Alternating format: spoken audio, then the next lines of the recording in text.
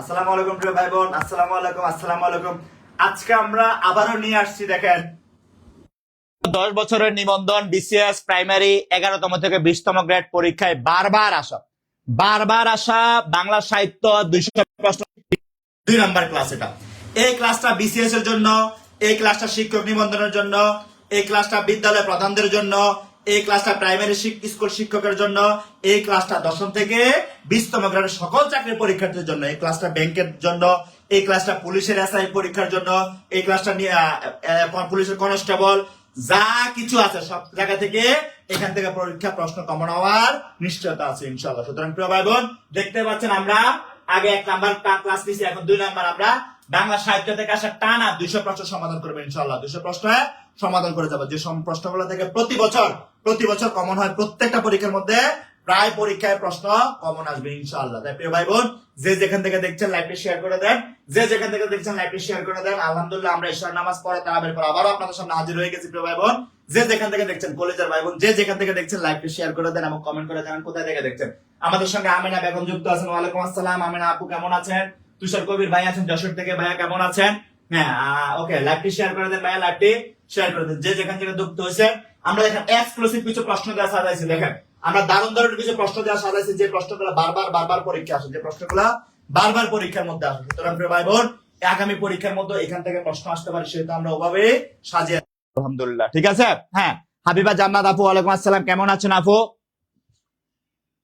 অনেকে আমাদের সঙ্গে যুক্ত হয়ে যাচ্ছেন মাশাআল্লাহ। আমাদের সঙ্গে প্রায় 100 জনের মধ্যে যুক্ত হয়ে গেছেন। ইনশাআল্লাহ আরো যুক্ত হবে, সেটা 100 থেকে 1000 চলে যাবে, সেটা 10,000 চলে যাবে ইনশাআল্লাহ। হ্যাঁ, একটু কমেন্ট করে জানান কে কোথায় থেকে দেখছেন, কারণ আমরা এই ক্লাসটা থেকে আমাদের প্রতি বছর পরীক্ষায় প্রশ্ন হবে ইনশাআল্লাহ। রিনা আপু আছেন, ওয়ালাইকুম আসসালাম। রতন হোসেন আছেন, ওয়ালাইকুম আসসালাম। ওকে, হাসান রানা আছেন, ওয়ালাইকুম আসসালাম। তুষার ভাই আমি ভালো আছি আলহামদুলিল্লাহ, আশা করি আপনারা ভালো আছেন। যে যেখান থেকে দেখছেন লাইভটি শেয়ার করে দেন। ওকে, রামপুরা থেকে আছেন রতন হোসেন। হাবিবা জান্নাত আপু আমি ভালো আছি, আশা করি আপনারা ভালো আছেন। হাসান রানা ওয়ালাইকুম আসসালাম। রোকসানা আক্তার ওয়ালাইকুম আসসালাম, কেমন আছেন? গোপালগঞ্জ থেকে সোহেল মোল্লা আছেন। মাহমুদুল হাসান ওয়ালাইকুম আসসালাম, ভাইয়া ভালো আছি। আফরিন সুলতানা ভালো আছে আপা আমি। জমুর বর্মন আদাব। ফুলবাড়ি থেকে দেখছেন আব্দুর রহমান। ইশরাত হোসেন দেখছেন জামালপুর থেকে। জাহাঙ্গীর আলম ওয়ালাইকুম আসসালাম। গাজী তানিয়া আক্তার ওয়ালাইকুম আসসালাম। ওকে, যে যেখান থেকে দেখছেন লাইভটা শেয়ার করে দেন। হ্যাঁ, আমাদের সঙ্গে অনেকে যুক্ত হয়ে যাচ্ছে, দেরি করবেন না, লাইভটা শেয়ার করে দেন। আমরা আজকে এক্সক্লুসিভ কিছু প্রশ্ন নিয়ে আপনাদের সামনে হাজির হয়ে গেছি দ্বিতীয় পর্বে। এই পর্বে আমরা 200 প্রশ্ন সমাধান করবো ইনশাআল্লাহ।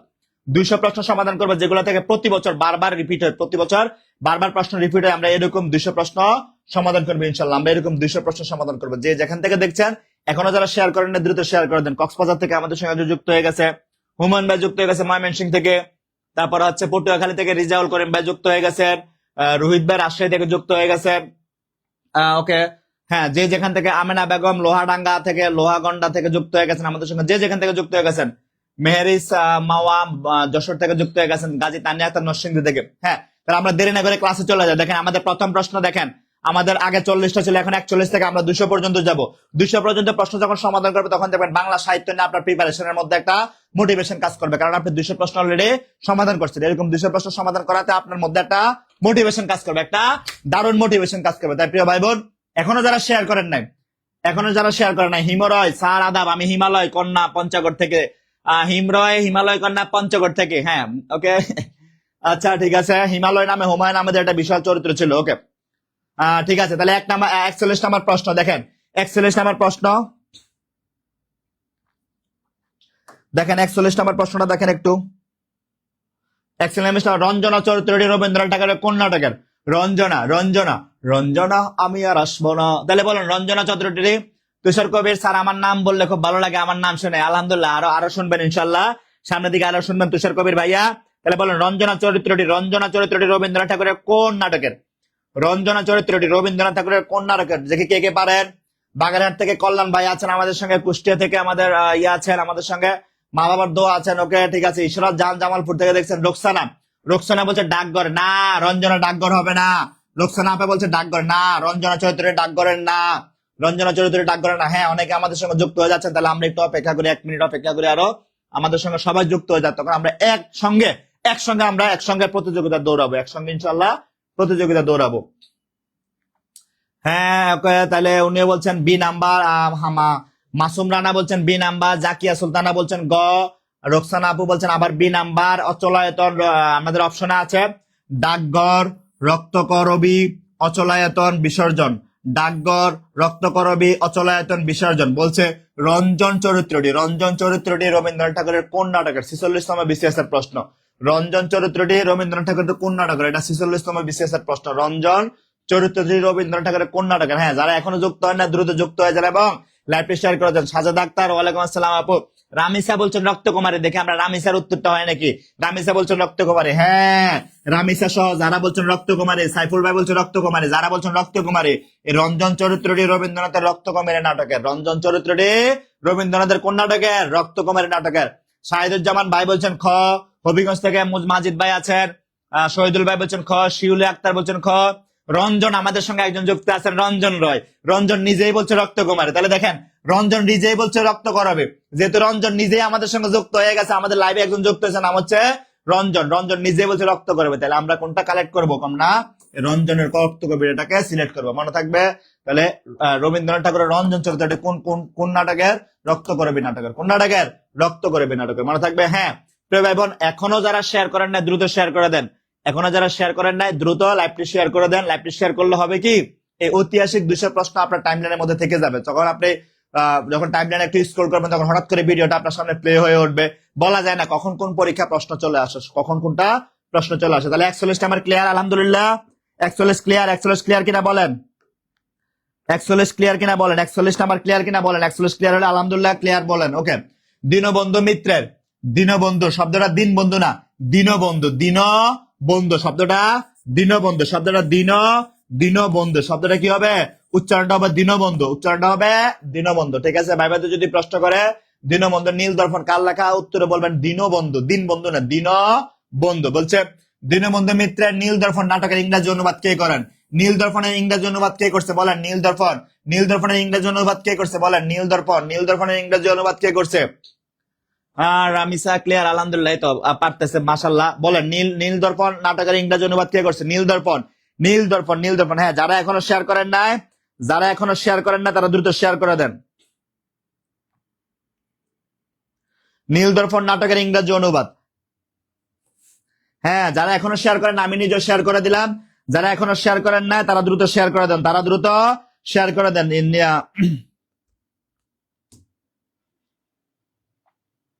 যারা এখনো শেয়ার করেন না দ্রুত শেয়ার করে দেন। হ্যাঁ প্রিয় ভাই বোন, দ্রুত শেয়ার করে দেন। দ্রুত দ্রুত শেয়ার করে দেন। যারা এখনো শেয়ার করেন নাই দ্রুত শেয়ার করে দেন। ঠিক আছে। বলছে নীল দর্পণ নির্বলতন নাটকের, নীল দর্পণ নাটকের ইংরেজি অনুবাদ কি? দা ইন্ডিগো প্ল্যান্টিং মিরর। দি ইন্ডিগো প্লান্টিং মিরর। এটা কার? এটা কবি মাইকেল মধুসূদন দত্তের অনুবাদ করা। নীল দর্পণ নাটকটার অনুবাদ হচ্ছে দি ইন্ডিগো প্ল্যান্টিং মিরর। এটা কে অনুবাদ করছে? মাইকেল মধুসূদন দত্ত অনুবাদ করছে। কে অনুবাদ করছে? মাইকেল মধুসূদন দত্ত অনুবাদ করছে। কে অনুবাদ করছে? মাইকেল মধুসূদন দত্ত অনুবাদ করছে। তাহলে নীল দর্পণ নাটকের ইংরেজি অনুবাদ কি? দা ইন্ডিগো প্ল্যান্টিং মিরর। দা ইন্ডিগো প্ল্যান্টিং মিরর। এটা কে অনুবাদ করছে? মাইকেল মধুসূদন দত্ত অনুবাদ করছে। ঠিক আছে। মাইকেল মধুসূদন দত্ত ছোটবেলা থেকে খুব দক্ষ ছিলেন, তিনি অনুবাদ করছেন এটা। নিদ্রিত নিহারিকা দিদি কেমন আছেন? হ্যাঁ, রঞ্জন রয় বলছে 42-এর ডি নাম্বার। তার মানে মাইকেল মধুসূদন দত্ত। রঞ্জন নিজে বলছে মাইকেল মধুসূদন দত্ত। হানজালা হাফিজ আপু যুক্ত হয়ে গেছে, আনোয়ার ভাই যুক্ত হয়ে গেছেন আমাদের সঙ্গে, মাশাআল্লাহ আরো যুক্ত হবেন। শিওলি আপু বলছেন ডি, রাসেল হোসেন রাজ বলছেন ডি, আব্দুল হাকিম সাব্বির ভাই বলছেন ডি, আমেনা বেগম বলছে এ, আমেলা বেগমটা হয় না, কামাল উদ্দিন ভাই বলছে ডি, ইলিয়াস গাজী বলছেন 42-এর ঘ, তার মানে ইলিয়াস ভাইটা হয়েছে, রাশাদ ভাই বলছেন ঘ। তাহলে যারা এখনো শেয়ার করেন না দ্রুত শেয়ার করে দেন। তাহলে 2 নাম্বার দীনবন্ধু মিত্রের দা ইন্ডিগো প্ল্যান্টিং মিরর কার রচনা? কার? মাইকেল মধুসূদন দত্ত রচনা। মনে থাকবে ইনশাল্লাহ? মনে থাকবে কিনা বলেন? মনে থাকবে ইনশাল্লাহ। তাহলে এটা কার রচনা? মাইকেল মধুসূদন দত্তের রচনা। ইনশাল্লাহ মনে থাকবে। হ্যাঁ, তাহলে আমরা পরেরটা দেখি। পরেরটা দেখি কি আছে। বিশ্বদেব খোশনবিশ বঙ্কিমচন্দ্র চট্টোপাধ্যায়ের কোন গ্রন্থে রচিত? বিশ্বদেব খোশনবিশ বঙ্কিমচন্দ্র চট্টোপাধ্যায়ের কোন গ্রন্থে রচিত? বঙ্কিমচন্দ্র চট্টোপাধ্যায়ের কোন গ্রন্থে রচিত? মার্জিয়া খাতুন আমাদের সঙ্গে যুক্ত হয়ে গেছে। হাবিবুর রহমান বুল্লবী, প্রিয় যুক্ত হয়ে গেলাম স্যার। ওকে ভাইয়া, আমাদের সঙ্গে যুক্ত হন এবং প্রশ্নগুলো অ্যান্সার করে দেন। স্যার আপনাদের 19তম শিক্ষক নিবন্ধন ভর্তি হবে? হ্যাঁ, 19তম শিক্ষক নিবন্ধন আমাদের জেনারেল কোর্সও আছে, আমাদের সাবজেক্টিভ কোর্সও আছে। আমাদের জেনারেল ফুল কোর্স যতক্ষণ লাইভ চলাকালীন ভর্তি হবে মাত্র 1199 টাকা। সাবজেক্টিভ ফুল কোর্স লাইভ চলাকালীন সময় ভর্তি হলে মাত্র 1300 টাকা। ভর্তি হতে এই নাম্বারে বিকাশ অথবা নগদ থেকে সেন্ড মানি করবেন, বিকাশ অথবা নগদ থেকে সেন্ড মানি করবেন। এই নাম্বারে সেন্ড মানি করে এই নাম্বারে হোয়াটসঅ্যাপে একটা মেসেজ দিবেন, আপনাকে নতুন গ্রুপে যুক্ত করে দেওয়া হবে ইনশাআল্লাহ। ঠিক আছে? শারমিন আবু বলছে দ্য ইন্ডিগো প্লান্টিং মিরর, মাশাআল্লাহ। এই যে দ্য ইন্ডিগো প্লান্টিং মিরর হচ্ছে মাইকেল মধুসূদন দত্তের রচিত। ঠিক আছে? কিন্তু এটা কোথা থেকে রচনা করছে? এটা দীনবন্ধু মিত্রের নীলদর্পণ থেকে রচনা করছে। 43 নাম্বার, বিশ্বদেব খোসনবেশ বঙ্কিমচন্দ্র চট্টোপাধ্যায়ের কোন গ্রন্থের চরিত্র? বিশ্বদেব খোসনবেশ আনন্দমঠ, কপালকুণ্ডলা, কমলাকান্ত দত্তের। বলেন, বিশ্বদেব খোসনবেশ বঙ্কিমচন্দ্র চট্টোপাধ্যায়ের ছদ্মনাম কি ছিল? ছদ্মনাম ছিল কমলাকান্ত। কি? কমলাকান্ত। ছদ্মনাম কি ছিল? ছদ্মনাম ছিল কমলাকান্ত। ছদ্মনাম কি ছিল? ছদ্মনাম ছিল কমলাকান্ত। বঙ্কিমচন্দ্র ছদ্মনাম কি ছিল? ছদ্মনাম ছিল কমলাকান্ত। মনে থাকবে, ছদ্মনাম কি ছিল? ছদ্মনাম ছিল কমলাকান্ত। তাহলে দিদি আমিও ভালো আছি, নিহারিকা দি আমি ভালো আছি। ওকে, রামিসা বলছেন কমলাকান্ত দত্তর, জমির বর্মন বলছে কমলাকান্ত দত্তর, কামাল উদ্দিন বলছে ডি, কানিস ফাতেমা তুলি বলছেন বিষ বৃক্ষ। না, এগুলো হবে না। হাবিবুর রহমান পল্লবী ভাই, হ্যাঁ আছে, আমাদের আরবি সাবজেক্ট আছে। আপনি এই নাম্বারে হোয়াটসঅ্যাপে একটা মেসেজ দেন ভাইয়া, 01767265758 এই নাম্বারে মেসেজ দেন এবং ভর্তি সংক্রান্ত যে কোনো প্রশ্নের জন্য এই নাম্বারে মেসেজ দিতে পারেন। এছাড়া সেন্ড মানি করবেন এই নাম্বারে 01767265758। ঠিক আছে? আচ্ছা, বিশ্বদেব খোসনবেশ বঙ্কিমচন্দ্র চট্টোপাধ্যায়ের কোন গ্রন্থের চরিত্র? আমি লিখে দিছি কমলাকান্ত। তাহলে কমলাকান্ত দত্তর তারা যে আফিন খাইতো তার সাথে সে হচ্ছে বিশ্বদেব খোসনবেশ। ঠিক আছে? সে হচ্ছে কি? বিশ্বদেব খোসনবেশ। তাহলে এটা কোন চরিত্র, কোন গ্রন্থের চরিত্র? কমলাকান্ত দত্তর। কমলাকান্তের মধ্যে কি করতো? সে আফিম খেয়ে সারাক্ষণ ঝিমাইতো। আর আমরা ইন্টারমিডিয়েটে বিড়াল নামে একটা প্রবন্ধ পড়ছি কমলাকান্ত দত্তর, অর্থাৎ কমলাকান্ত দত্তরের একটা প্রবন্ধ ছিল বিড়াল। এই বিড়ালটা কে লিখছে? বঙ্কিমচন্দ্র চট্টোপাধ্যায় লিখছে। মনে থাকবে ইনশাল্লাহ, মনে থাকবে ইনশাল্লাহ। তাহলে 44 নাম্বার ক্লিয়ার কিনা? 43 ক্লিয়ার কিনা? আলহামদুলিল্লাহ। 43 ক্লিয়ার হলে বলেন আলহামদুলিল্লাহ ক্লিয়ার। 43 ক্লিয়ার হলে বলেন আলহামদুলিল্লাহ ক্লিয়ার। 43 ক্লিয়ার কিনা বলেন। আজমাইন জোরাইস আপু কেমন আছেন? কালকে সুয়াগাজী বাজার থাকবো ইনশাল্লাহ। ওকে, তাহলে ক্লিয়ার কিনা বলেন। রোহিত সরকার ভাই ক্লিয়ার কিনা বলেন? ক্লিয়ার, আলহামদুলিল্লাহ। তাহলে আমরা পরেরটা দেখি। আচ্ছা, পরেরটা দেখি আমরা। স্বর্ণকুমারী দেবীর পিতার নাম কি? স্বর্ণকুমারী দেবী ছিল কবি রবীন্দ্রনাথ ঠাকুরের বড় বোন। রবির বড় বোন ছিল স্বর্ণকুমারী দেবী। রবির বড় বোন ছিল স্বর্ণকুমারী দেবী। তাহলে রবির বাপের নাম কি? স্বর্ণকুমারী দেবীর পিতার রবির বাপ একই জন। 46তম বিসিএস এর প্রশ্নটা আসছে। এই প্রশ্নটা যখন আমি পরীক্ষা দেই 46তম বিসিএস এর মধ্যে, আমার পাশের একজন কি পাকতাম এটা নিয়ে, আমি দেখতেছি ভুল দাগাইতেছে এক মেয়ে, কি পাকতাম। আমি বললাম স্বর্ণকুমারী দেবী ছিল রবীন্দ্রনাথের বড় বোন। উনি কোনোভাবে আমার কথা মানতে রাজি না, উল্টা পাল্টা দাগায় আসছে। আমি বললাম ওটা তো রবীন্দ্রনাথের বড় বোন। যেহেতু রবীন্দ্রনাথের বাবার নাম হচ্ছে মহর্ষি দেবেন্দ্রনাথ ঠাকুর, তাহলে স্বর্ণকুমারী দেবীর বাবার নাম হবে মহর্ষি দেবেন্দ্রনাথ ঠাকুর। মনে থাকবে ইনশাল্লাহ। তাহলে স্বর্ণকুমারী দেবীর পিতার নাম কি? 46তম বিসিএস এর প্রশ্ন। 46তম বিসিএস এর প্রশ্ন, স্বর্ণকুমারী দেবীর পিতার নাম কি? দ্রুত বলেন, স্বর্ণকুমারী দেবীর পিতার নাম কি? বলেন। স্বর্ণকুমারী দেবী ছিল রবীন্দ্রনাথের বড় বোন। স্বর্ণকুমারী দেবীর পিতার নাম কি? 44 নম্বর প্রশ্ন। রবীন্দ্রনাথ ঠাকুর না, রবীন্দ্রনাথ তার ছোট ভাই মহর্ষি দেবেন্দ্রনাথ ঠাকুর। আচ্ছা, দ্বারকানাথ ঠাকুর, সত্যেন্দ্রনাথ ঠাকুর। তাহলে কোনটা হবে বলেন? বলেন 44 নম্বর কোনটা হবে? 44 নম্বর মহর্ষি দেবেন্দ্রনাথ ঠাকুর কার নাম? স্বর্ণকুমারী দেবীর পিতার নাম মহর্ষি দেবেন্দ্রনাথ ঠাকুর।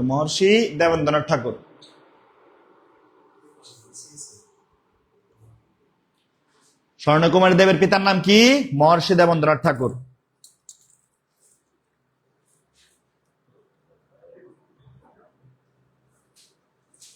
তাহলে মনে থাকবে। তাহলে স্বর্ণকুমারী দেবীর ছোট ভাই যেহেতু রবীন্দ্রনাথের বাপের নাম কি? বাপকা বেটা সিপাহিকা গোরা। রবীন্দ্রনাথের বাপের নাম কি? রবীন্দ্রনাথের বাপের নাম হচ্ছে মহর্ষি দেবেন্দ্রনাথ ঠাকুর। যেহেতু এরা দুই ভাই বোন, তাহলে এর বাপের নামও মহর্ষি দেবেন্দ্রনাথ ঠাকুর। মনে থাকবে। 46তম বিসিএস এর প্রশ্নটা আসছে। ঠিক আছে? ক্লিয়ার এটা। রামিসা বলছে দেবেন্দ্রনাথ। আজমিন জোরাইজ বলছেন 44-এর খ। আকা ওকে আপু হয়েছে। নুপুর আক্তার বলছেন 44-এর খ। আরেকজন নুপুর ছিল না, ওই যে ইফতারের সময় তরকারি পুরে ফেলছিল, উনি এখন আসে না, আসবে ইনশাল্লাহ। সাবিকুন নাহার আপা বলছেন 44-এর খ। হামজালা আপু বলছে জাহাঙ্গীর আলমকে মানে জাহাঙ্গীর আলম ভাবিকে মেনশন দিচ্ছে। ওকে, ক্লিয়ার? এটা আলহামদুলিল্লাহ ক্লিয়ার। আমরা পরেরটা দেখি প্রিয় ভাই বোন, পরেরটা দেখি আমরা। দেখেন তো, আমরা পরেরটা দেখি।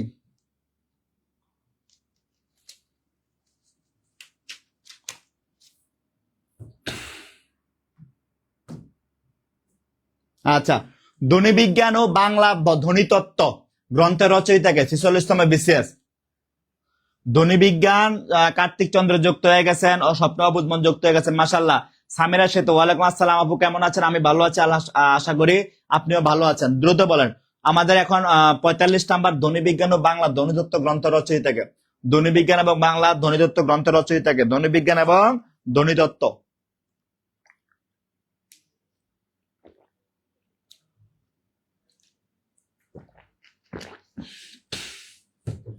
তাহলে দেখেন, ধ্বনিতত্ত্ব, ধ্বনিবিজ্ঞান, ধ্বনিতত্ত্ব। এই যে এম ইনুফুর যুক্ত হয়ে গেছে, আমাদের সঙ্গে। এখন আর ইফতারি বানানো ঝামেলা না, রিল্যাক্সে ক্লাস করবে। হ্যাঁ, নূপুর আপু সহ যারা ইফতারি বানানো জানানো ছিল, এখন আর ঝামেলা না, এখন রিল্যাক্সে ক্লাস করবে। বলছে ধ্বনিবিজ্ঞান বাংলা ধ্বনিতত্ত্ব, ধ্বনিবিজ্ঞান বাংলা ধ্বনিতত্ত্ব। ধ্বনিবিজ্ঞান কথাটা বললে মনে রাখবেন মোহাম্মদ আব্দুল হাইয়ের কথা। ধ্বনিবিজ্ঞান ও ধ্বনিতত্ত্ব, এই ধ্বনিবিজ্ঞান কথাটা মনে আসলে মনে রাখবেন মোহাম্মদ আব্দুল হাইয়ের কথা। ধ্বনিবিজ্ঞান ও ধ্বনিতত্ত্ব, ধ্বনিবিজ্ঞান বা ধ্বনির কথাটা মনে আসলে, মাথায় আসলে মনে রাখবেন আব্দুল হাইয়ের কথা। শিউলি আক্তার, শিউলি, স্কুল পর্যায়ে 2 তে ভর্তি হতে কত টাকা লাগবে? আপু, আমাদের সাবজেক্টিভে আমাদের জেনারেল কোর্সের ভর্তি ফি 1199 টাকা, সাবজেক্টিভের ভর্তি ফি 1300 টাকা।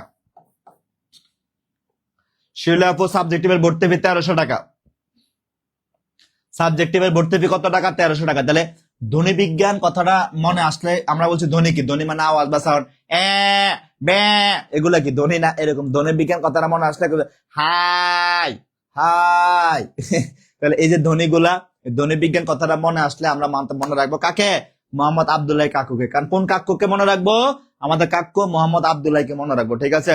এখানে কোনো সুনীতি কুমারের খানা নাই, এখানে কোনো ডক্টর মোহাম্মদ শহীদুল্লাহ খানা নাই। দুজন দুদিকে থাক, আমরা তুলে আনবো কাকে? আমরা তুলে আনবো ডক্টর মোহাম্মদ আব্দুল্লাহকে। শহীদুল্লাহ হইব না, সুনীতি কুমার হইব না, দীনেশ চন্দ্র সেনও হইব না। মনে থাকবে? মনে থাকবে? ঠিক আছে। নূপুর আপু, মনে থাকবে কিনা বলেন? মনে থাকবে কিনা বলেন?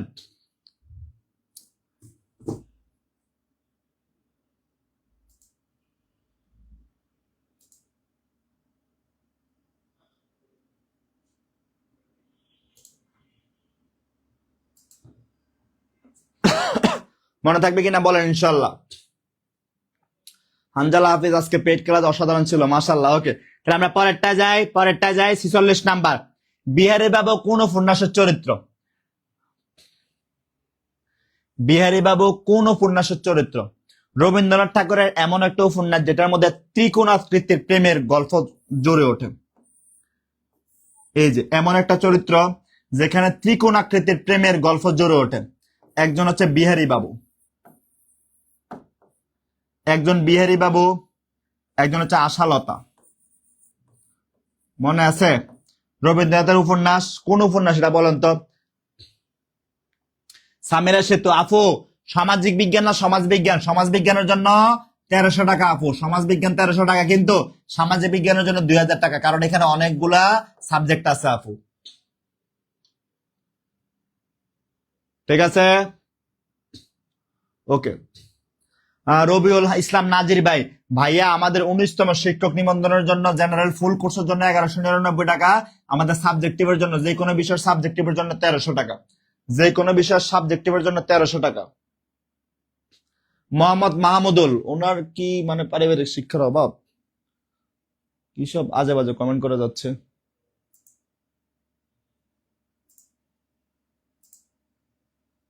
ওকে ওকে, শহীদুল ইসলাম ভাইয়া, আমি ভালো আছি। আচ্ছা, তাহলে বিহারী বাবু কোন কোন উপন্যাসে বলেন তো? বিহারী বাবু কোন উপন্যাসের? মনে আছে? বিহারী আশালতা বিনোদিনী, বিহারী আশালতা বিনোদিনী কোনটার? এটা চোখের বালির, এটা চোখের বালির। এই বিহারী বাবুকে বিনোদিনীও পছন্দ করতো, আশালতাও পছন্দ করতো, দুটোই হচ্ছে বিহারী বাবুকে পছন্দ করতো, বিনোদিনীও পছন্দ করতো, আশালতাও পছন্দ করতো। এটা চোখের বালি মানে শত্রুতা। তার মানে এ শুধু এক বেড়ার লাগা এই বিনোদিনের আশালতার মধ্যে একটা শত্রুতা ভাব তৈরি হয়ে গেছে, শুধু একজনের জন্য দুজনের মধ্যে একটা শত্রুতা ভাব তৈরি হয়ে গেছে। এটা রবীন্দ্রনাথ ঠাকুরের চোখের বালি উপন্যাসের চরিত্র। রবীন্দ্রনাথ ঠাকুরের চোখের বালি উপন্যাস একটা একটা ত্রিভুজাকৃতির প্রেমের উপন্যাস, ত্রিভুজাকৃতির প্রেমের উপন্যাস। রবীন্দ্রনাথ ঠাকুরের এই চোখের বালি একটা ত্রিভুজাকৃতির প্রেমের উপন্যাস। এই চোখের বালি উপন্যাসের একটা চরিত্র হচ্ছে বিহারী বাবু। বিহারী বাবুর জন্য আশালতা পাগল হয়, বিনোদিনীও পাগল হয়, ঠিক আছে। যদিও যদিও হচ্ছে আশালতা সংসার ছিল। ওকে ওকে আজমিন হোসেন, হ্যাঁ ক্লাস হয়। Okay clear. এটা সমাজ বিজ্ঞান ছাত্র ওকে স্বপ্ন বুঝবো না আপু। সমাজ বিজ্ঞানের ছাত্রছাত্রীরা স্কুল পর্যায়ে টুতে সামাজিক বিজ্ঞানে আবেদন করতে পারবে, সামাজিক বিজ্ঞানে আবেদন করতে পারবে, সামাজিক বিজ্ঞানে আবেদন করতে পারবে। তাহলে 46 ক্লিয়ার, 46 ক্লিয়ার না? প্রিয় ভাই বোন, আলহামদুলিল্লাহ অবশেষে হাজার হাজার ভাই বোনের কথা রাখতে গিয়ে আমরা 19তম শিক্ষক নিবন্ধনের সম্পূর্ণ নতুন ব্যাচ চালু করেছি, সম্পূর্ণ নতুন ব্যাচ চালু করেছি। আপনারা অনেকে বলতেছিলেন স্যার নতুন ব্যাচ চালু করেন, আমরা সম্পূর্ণ নতুন ব্যাচ চালু করেছি। এই সম্পূর্ণ নতুন ব্যাচে আপনার ভর্তি ফি হচ্ছে 3000 টাকা। তবে যতক্ষণ আমার লাইভ চলবে ততক্ষণ ভর্তি ফি মাত্র 1199 টাকা। যতক্ষণ লাইভ চলবে ততক্ষণ ভর্তি ফি মাত্র 1199 টাকা। এখানে ভর্তি হলে আপনি কি পাবেন? আপনি 100+ ক্লাস পাবেন, আপনি 100+ এক্সাম পাবেন, প্রত্যেকটা ক্লাসের পড়া ক্লাসে আপনাকে বুঝিয়ে দেওয়া হবে। এর চেয়ে মজার তথ্য কি, সকল ক্লাস রেকর্ড থাকবে। আপনি এখন কোনো কারণে ব্যস্ততার জন্য ক্লাস করতে পারছেন না, আপনি যে কোনো সময় রেকর্ড ক্লাসটা দেখতে পারবেন। এবং আপনার যদি কোনো প্রশ্ন থাকে আপনি সর্বক্ষণিক শিক্ষকের সহায়তা পাবেন। যে কোনো প্রশ্ন থাকলে স্যার আপনাকে সমাধান করে দিবে ইনশাআল্লাহ। আমাদের এটার কোর্স ফি ছিল 3000 টাকা। তবে আপনাদের কথা চিন্তা করে আমরা যতক্ষণ লাইভ চলবে ততক্ষণ ভর্তি ফি রাখছি মাত্র 1199 টাকা, মাত্র 1199 টাকা। ভর্তি হতে পারবেন বিকাশ অথবা নগদ থেকে। আমাদের এই যে নাম্বার 07672657558 এই নাম্বারে টাকা পাঠিয়ে আপনি ভর্তি হতে পারবেন, ঠিক আছে। এই নাম্বারে টাকা পাঠিয়ে ভর্তি হতে পারবেন। এছাড়া যারা রকেট থেকে টাকা পাবেন তারা 01515265886 এই নাম্বারে টাকা পাঠাবেন।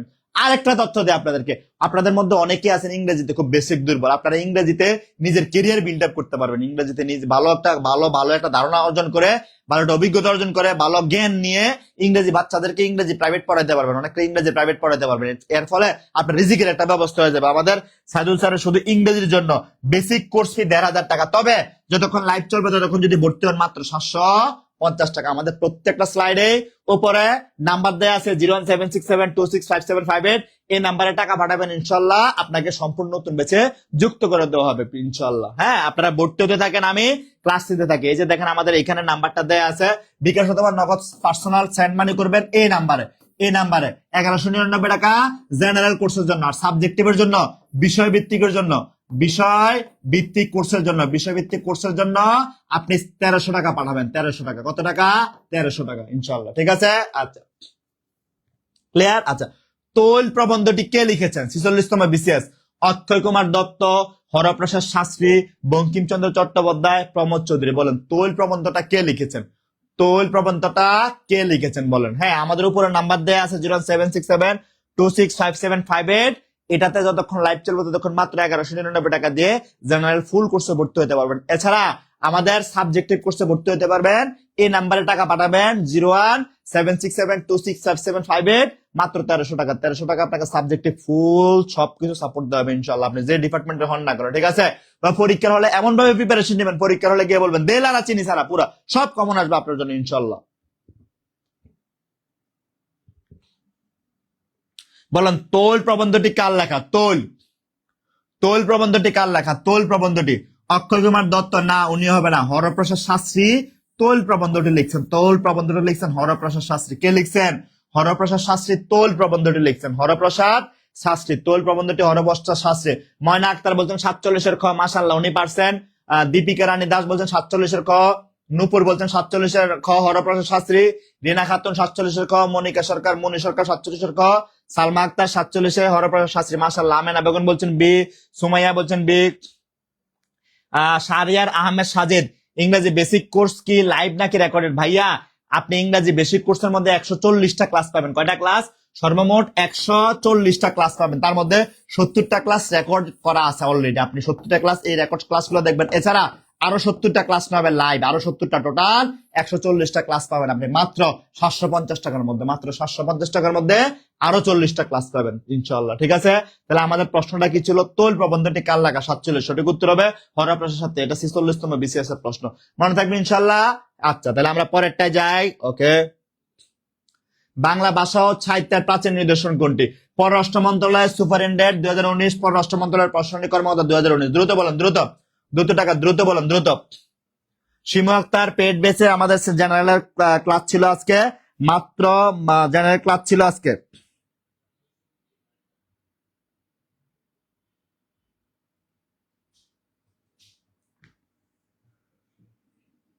ওকে, বলছে 48, বাংলা ভাষা ও সাহিত্যের প্রাচীন নিদর্শন কোনটি? এটা পররাষ্ট্র মন্ত্রণালয় সুপারিনটেন্ডেন্ট 2019, পররাষ্ট্র মন্ত্রণালয় প্রশাসনিক 2019 আসছে। প্রাচীন নিদর্শন কোনটা? মহাভারত, চর্যাপদ, রামায়ণ, জঙ্গনামা। দ্রুত বলেন, এটা সবাই পারার কথা, দ্রুত বলেন, সবাই পারার কথা, এটা সবাই পারার কথা, দ্রুত বলেন, দ্রুত বলেন, এটা সবাই পারার কথা, দ্রুত বলেন, দ্রুত দ্রুত দ্রুত বলেন। বাংলা ভাষা সাহিত্যের প্রাচীন নিদর্শন কোনটা? এটা সবাই পারার কথা, দ্রুত বলেন। বাংলা ভাষা সাহিত্যের প্রাচীন নিদর্শন কোনটা? প্রাচীন নিদর্শন চাইছে, বাংলা ভাষা সাহিত্যের প্রাচীন নিদর্শন চাইছে। প্রাচীন নিদর্শন কোনটা আমরা জানি, তাহলে দ্রুত বলেন, যারা জানেন দ্রুত বলেন প্রাচীন নিদর্শন কোনটা? বাংলা ভাষা সাহিত্যের প্রাচীন নিদর্শন কোনটা? দ্রুত বলেন প্রাচীন নিদর্শন। জেবা মাসা সাবজেক্ট সমাজ বিজ্ঞান, বর্ণবিজ্ঞান সাবজেক্ট আপনি। ওকে, জেবা, জেবা আপু, আচ্ছা, আপনি সামাজিক বিজ্ঞানে আবেদন করতে পারবেন। আমি সোশ্যালজি সায়েন্স, সোশ্যাল সায়েন্স বিষয়, আপনি হচ্ছে সামাজিক বিজ্ঞানে আবেদন করতে পারবেন। তাহলে বাংলা ভাষা ও সাহিত্যের প্রাচীন নিদর্শন কোনটা? দ্রুত বলেন, এটা সবাই পারার কথা। প্রাচীন নিদর্শন কোনটা? এটা সবাই পারার কথা, সবাই পারার কথা। এটা প্রাচীন নিদর্শন, প্রাচীন নিদর্শন কোনটা? বাংলা ভাষা ও সাহিত্যের প্রাচীন নিদর্শন কোনটা? দ্রুত বলেন, দ্রুত দ্রুত। এখনো যারা শেয়ার করেন না, আমাদের সঙ্গে প্রায় 400 জন যুক্ত আছেন যারা, এই যে আমি আবার শেয়ার করে দিলাম, আমি আবারও শেয়ার করে দিলাম, যারা এখনো শেয়ার করেন না, যারা এখনো শেয়ার করেন নাই, তারা দ্রুত শেয়ার করে দেন, কারণ এই লাইভটা সারাক্ষণ আপনার এখানে থাকবে। সালমা আক্তার, হ্যাঁ ইনশাল্লাহ দেওয়া হবে আপু, আপনাকে সকল কিছু, সকল সাপোর্ট দেওয়া হবে। বাংলা ভাষা ও সাহিত্যের প্রাচীন নিদর্শন হচ্ছে চর্যাপদ। কি? চর্যাপদ, চর্যাপদ, চর্যাপদ। মহাভারত হবে না, রামায়ণ হবে না, জঙ্গনামা হবে না, তাহলে বাংলা ভাষা সাহিত্যের প্রাচীন নিদর্শন কি? চর্যাপদ। কোনটা হবে? বাংলা ভাষা সাহিত্যের প্রাচীন নিদর্শন চর্যাপদ। কি হবে? আসসালামু আলাইকুম ইমরান ভাই, কেমন আছেন? মর্জিনা আপু বলছে চর্যাপদ, মুশিউর রহমান বলছেন চর্যাপদ, অনামিকা আখি বলছেন চর্যাপদ, জয়নাল আবেদিন ভাইয়া বলছেন চর্যাপদ, সুবর্ণা আহমেদ পাখি বলছেন চর্যাপদ, উর্মিলা বলছেন চর্যাপদ। মাশাআল্লাহ, সবাই পারেন, কারণ এটা না পারার কোনো কিছু না, যে না পারবে এটা তার এখনই শিক্ষা নেওয়া দরকার। বাংলা ভাষা সাহিত্যের প্রাচীন নিদর্শন চর্যাপদ। কি হবে? চর্যাপদ। তাহলে বাংলা ভাষা সাহিত্যের প্রাচীন নিদর্শন কোনটা হবে? প্রাচীন নিদর্শন কোনটা হবে? প্রাচীন নিদর্শন হবে চর্যাপদ। কোনটা হবে? চর্যাপদ। বাংলা ভাষা সাহিত্যের প্রাচীন নিদর্শন কি হবে? চর্যাপদ হবে। কোনটা হবে? চর্যাপদ। বাংলা ভাষা সাহিত্যের প্রাচীন নিদর্শন কি হবে? চর্যাপদ হবে। এখন যদি পরীক্ষা প্রশ্ন আসে, আমরা হুটহাট করে অ্যান্সার করে ফেলবো ইনশাআল্লাহ।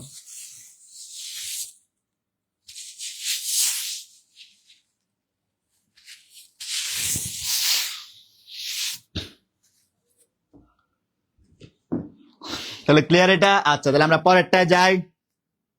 48 ক্লিয়ার। বাংলা সাহিত্যের মধ্যযুগের শ্রেষ্ঠ নিদর্শন কোনটি? সরকারি মাধ্যমিক বিদ্যালয়ের সহকারী শিক্ষক 2019, বিভিন্ন বিদ্যালয়ের বিভিন্ন মন্ত্রণালয়ের ব্যক্তিগত কর্মকর্তা বলেন। বলছে বাংলা সাহিত্যের মধ্যযুগের শ্রেষ্ঠ নিদর্শন কোনটা? বাংলা সাহিত্যের মধ্যযুগের শ্রেষ্ঠ নিদর্শন কোনটা? বাংলা সাহিত্যের মধ্যযুগের শ্রেষ্ঠ নিদর্শন কোনটা? দেখেন, মধ্যযুগের শ্রেষ্ঠ নিদর্শন,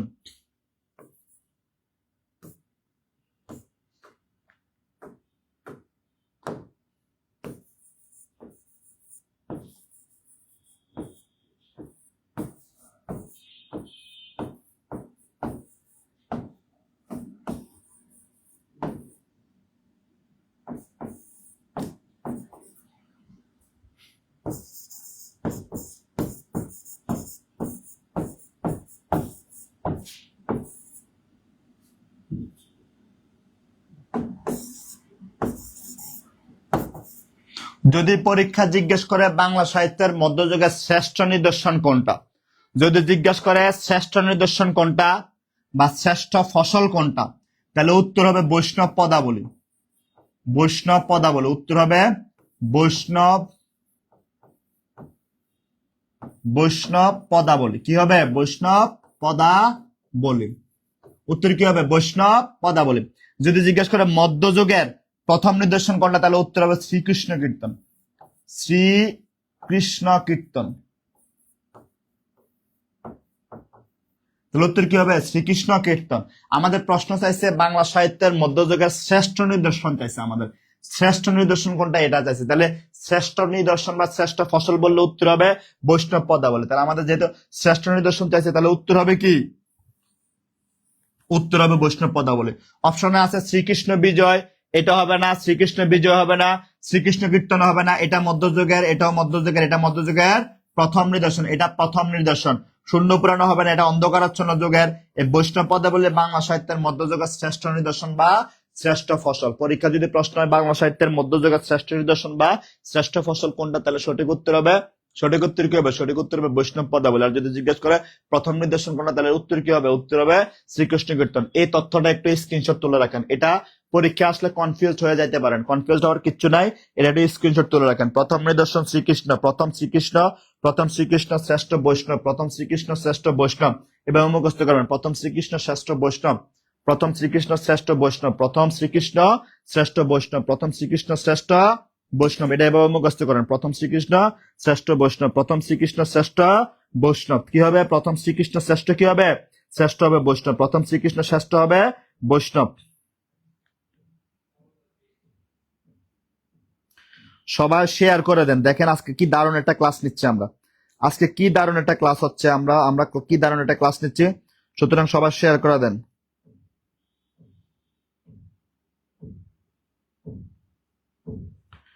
সবাই শেয়ার করে দেন।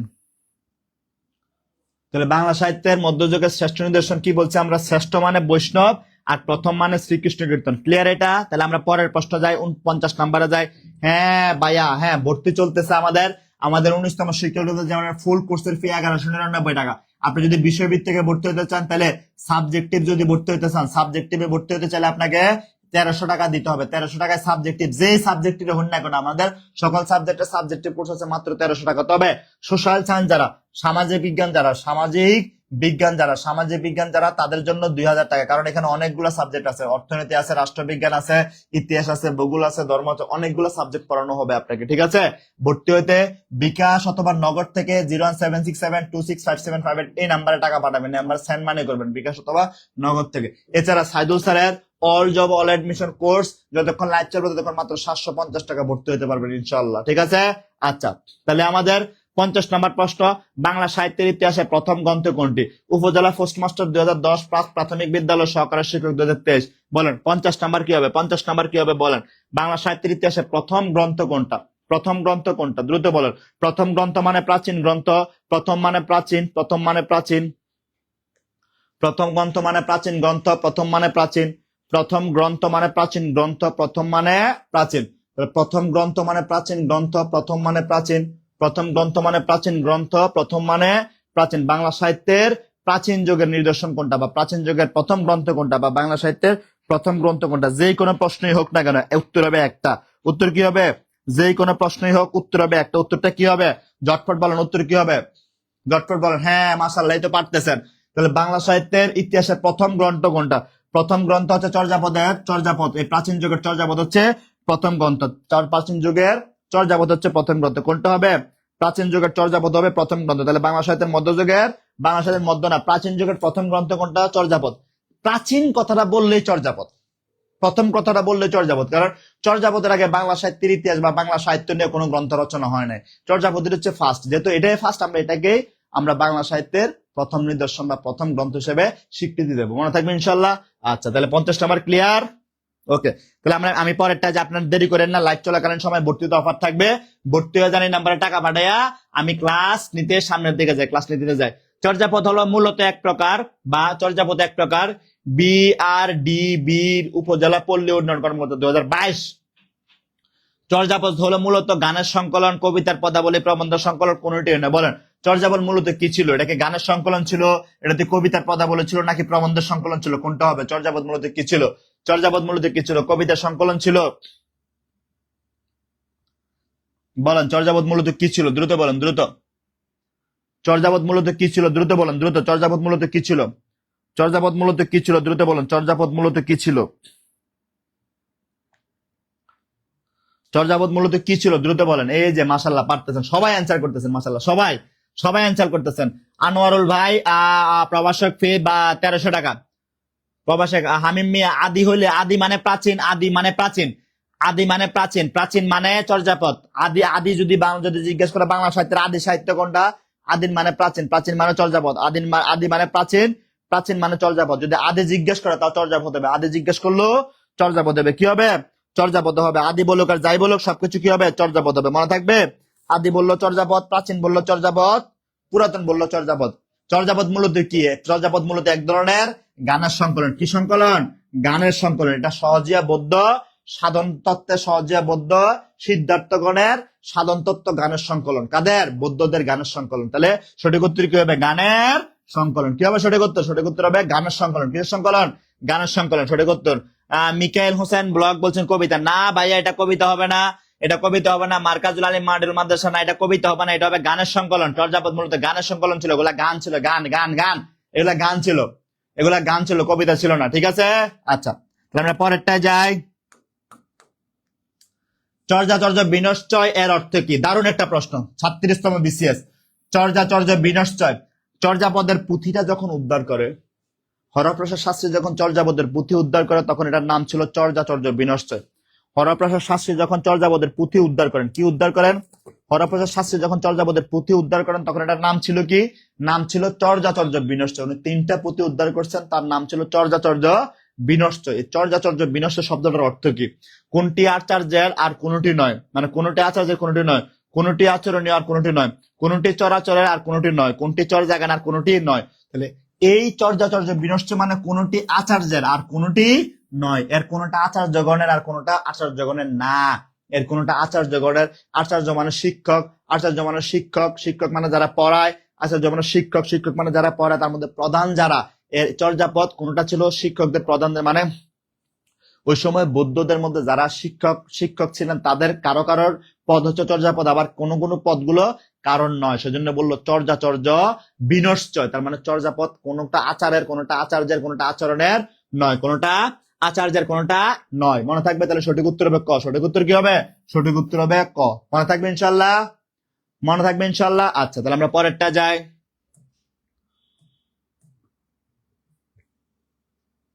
হ্যাঁ, আবারও বলি, আমাদের 19তম শিক্ষক নিবন্ধন সম্পূর্ণ নতুন কোর্সে ভর্তি চলতেছে, সম্পূর্ণ জেনারেল ফুল কোর্সে ভর্তি চলতেছে। এখানে তুমি 100, এখানে আপনি 100-এর বেশি ক্লাস পাবেন, 100-এর বেশি এক্সাম পাবেন, সকল ক্লাসের রেকর্ড পড়া ক্লাসে শেষ করে দেওয়া হবে এবং সকল ক্লাসের রেকর্ড থাকবে ইনশাল্লাহ। এছাড়া যারা গ্রামার বেসিক শিখতে চান, যারা শুধু ইংরেজির জন্য বেসিক গ্রামার শিখতে চান, তাদের জন্য আমাদের আছে সাইজুল স্যারের অল জব অল এডমিশন মাত্র 750 টাকা, ততক্ষণ আমার লাইভ চলে। আর 19তম শিক্ষক নিবন্ধন জেনারেল ফুল কোর্স মাত্র 1199 টাকা, যতক্ষণ লাইভ চলবে ততক্ষণ মাত্র 1199 টাকা, মাত্র 1199 টাকা। এই 1199 টাকা আপনি সব পাবেন জেনারেল ফুল কোর্সের মধ্যে ইনশাআল্লাহ। হ্যাঁ, আপনারা এই যে নাম্বার দেয়া আছে 076726575, এই নাম্বারে টাকা পাঠিয়ে ভর্তি হয়ে যাবেন, এই নাম্বারে টাকা পাঠিয়ে ভর্তি হয়ে যাবেন। জাস্ট এই নাম্বারে টাকা পাঠিয়ে দেবেন, এই নাম্বারে টাকা পাঠিয়ে দিলে আপনার ভর্তি কনফার্ম হয়ে যাবে ইনশাআল্লাহ। হ্যাঁ, আপনারা দেরি না করে ভর্তি হতে থাকেন, আমি ক্লাস নিতে থাকি, কারণ আমাদের উপরে উপরে এই যে নাম্বারটা দেয়া আছে এই নাম্বারে টাকা পাঠিয়ে ভর্তি হতে থাকেন, আমি ক্লাস নিতে থাকি। আচ্ছা দেখেন 53 নাম্বার, চর্যাপদ কোন ধর্মাবলম্বী গণের সাহিত্য? কোন ধর্মাবলম্বীদের সাহিত্য? পল্লী বিদ্যুৎ বোর্ডের সহকারী পরিচালক 2023 বলেন চর্যাপদ কোন ধর্মাবলম্বীদের সাহিত্য ছিল? চর্যাপদ কোন ধর্মাবলম্বীদের সাহিত্য ছিল? চর্যাপদ কোন ধর্মাবলম্বীদের সাহিত্য ছিল? চর্যাপদ কোন ধর্মাবলম্বীদের সাহিত্য ছিল? আমরা সবাই জানি চর্যাপদ কাদের? আমাদের মুসলমানদের না, এটা সনাতন ধর্মাবলম্বীদের না, এটা জৈন ধর্মাবলম্বীদের না, এটা ইহুদিদের না, এটা কাদের? দ্রুত বলেন চর্যাপদ কাদের ছিল? দ্রুত বলেন, দ্রুত দ্রুত বলেন, দ্রুত বলেন। আচ্ছা ময়না আক্তার এটা প্রশ্ন করছে, লক্ষ্য করেন, ময়না আক্তার একটা প্রশ্ন করছে, লক্ষ্য করেন যে 52 খ হবে, আপনি ক্লিয়ার হন। আচ্ছা ময়না আপু দেখেন, চর্যাচর্য বিনশ্চয়ের অর্থ কি? কোনটি আচার্যের আর কোনটি নয়, কোনটি আচরণীয়, কোনটি আচরণীয় আর কোনটি নয়। আচার্য আর আচরণীয় দুটোটা এক, আচার্য আচরণীয় দুটোটা শব্দ এক, দুটোটার মিনিং এক। যেহেতু দুটোটা মিনিং এক, দুইটা প্রশ্ন যদি সঠিক উত্তর থাকে আমরা কোনটা কাউন্ট করবো? পরেরটা কাউন্ট করবো না আগেরটা কাউন্ট করবো? আগেরটা কাউন্ট করবো। বিষয়টা মনে থাকবে ময়না আপু। ভুল শিখার আগে শিখবেন যে প্রশ্নের অপশনে কি কি আছে, সেগুলো আগে একটু লক্ষ্য রাখবেন, সেগুলো লক্ষ্য রাখবেন, তারপরে হচ্ছে প্রশ্নের ভুল ধরার চেষ্টা করবেন। ভুল ধরছেন ঠিক আছে, কিন্তু আপনার ভুল ধরাটাই আপনার ভুল হয়ে গেছে। হ্যাঁ, এগুলো মনে রাখবেন আপু। চর্যাপদ কোন ধর্মাবলম্বীদের সাহিত্য? চর্যাপদ কোন ধর্মাবলম্বীদের সাহিত্য? চর্যাপদ কোন ধর্মাবলম্বীদের সাহিত্য? চর্যাপদ সহজিয়া বৌদ্ধদের সাহিত্য। সহজিয়া বৌদ্ধদের কাদের? সহজিয়া বৌদ্ধ যারা, সহজিয়া বৌদ্ধ যারা, তার মানে যারা সব সময় জ্ঞান উদ্ভাবন বা জ্ঞানের জন্য বসে থাকতেন বা যারা জ্ঞান নিয়ে কাজ করতেন তাদেরকে সহজিয়া বলে, তাদেরকে সহজিয়া বলে। বাংলাদেশের একটা বিখ্যাত গানের ব্যান্ডের নাম সহজিয়া ব্যান্ড। তাহলে যারা যারা ধ্যান ধারণা জ্ঞান নিয়ে কাজ করতেন তাদেরকে সহজিয়া বলতো। এরকম সহজিয়া সিদ্ধার্থগণের সাধন তত্ত্ব হচ্ছে চর্যাপদ। সহজিয়া কারা? এরা বৌদ্ধ ধর্মের ছিল। কোন ধর্মের? এরা বৌদ্ধ ধর্মের ছিল। সহজিয়া সিদ্ধার্থগণের সাধন তত্ত্ব হচ্ছে চর্যাপদ। তাহলে আমাদের 53 নম্বর প্রশ্ন সঠিক উত্তর হবে বৌদ্ধ ধর্ম। কোন ধর্ম? চর্যাপদ কথাটা আসলে এটা বৌদ্ধ ধর্ম হয়ে যাবে। ক্লিয়ার? চর্যাপদ কথাটা আসলে কি হবে? মীর সমাদ্দার বৌদ্ধ ধর্ম বলছে, অনামিকা আঁকি বলছে সহজিয়া বৌদ্ধ। হ্যাঁ, এটা সহজিয়া বৌদ্ধ হবে। তার মানে সঠিক উত্তর হবে খ নাম্বার। মাশাআল্লাহ, এই তো সবাই পারতেছেন। কারণ কি? কারণ আপনারা পড়াশোনা করেন। সবাই পারতেছেন, আপনারা পড়াশোনা করেন। ঠিক আছে, আচ্ছা তাহলে আমি পরেরটায় যাই। কোন রাজবংশের আমলে চর্যাপদ রচনা হয়? উপজেলা পোস্টমাস্টার 2023।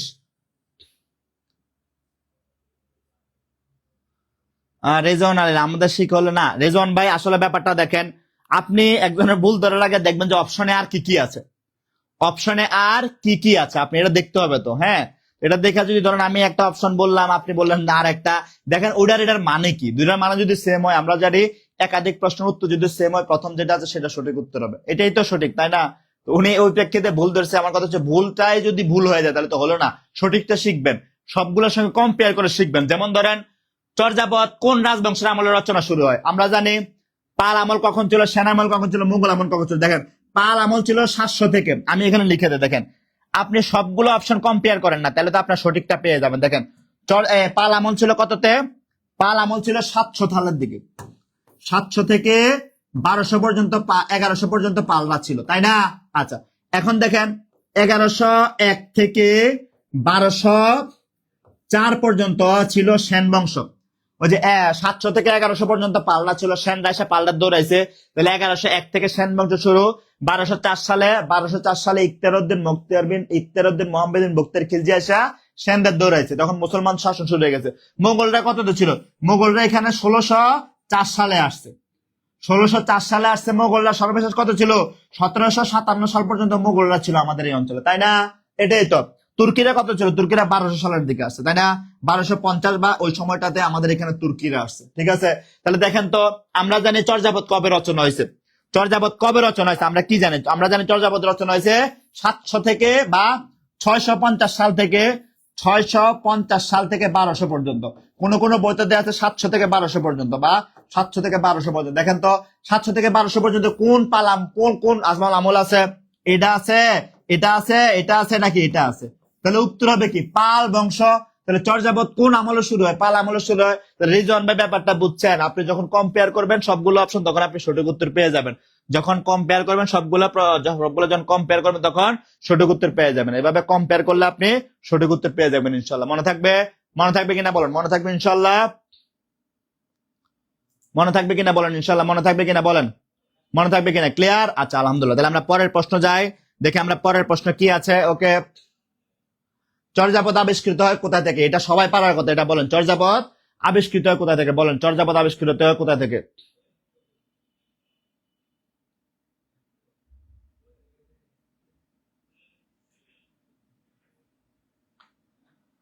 চর্যাপদ আবিষ্কৃত হয় কোথা থেকে? বলেন।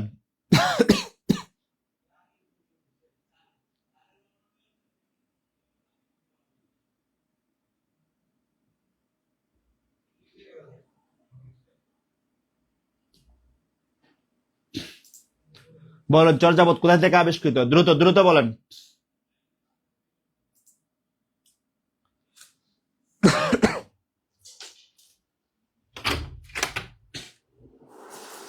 চর্যাপদ কোথা থেকে আবিষ্কৃত হয়? দ্রুত বলেন, দ্রুত দ্রুত। চর্যাপদ কোথা থেকে আবিষ্কৃত হয়?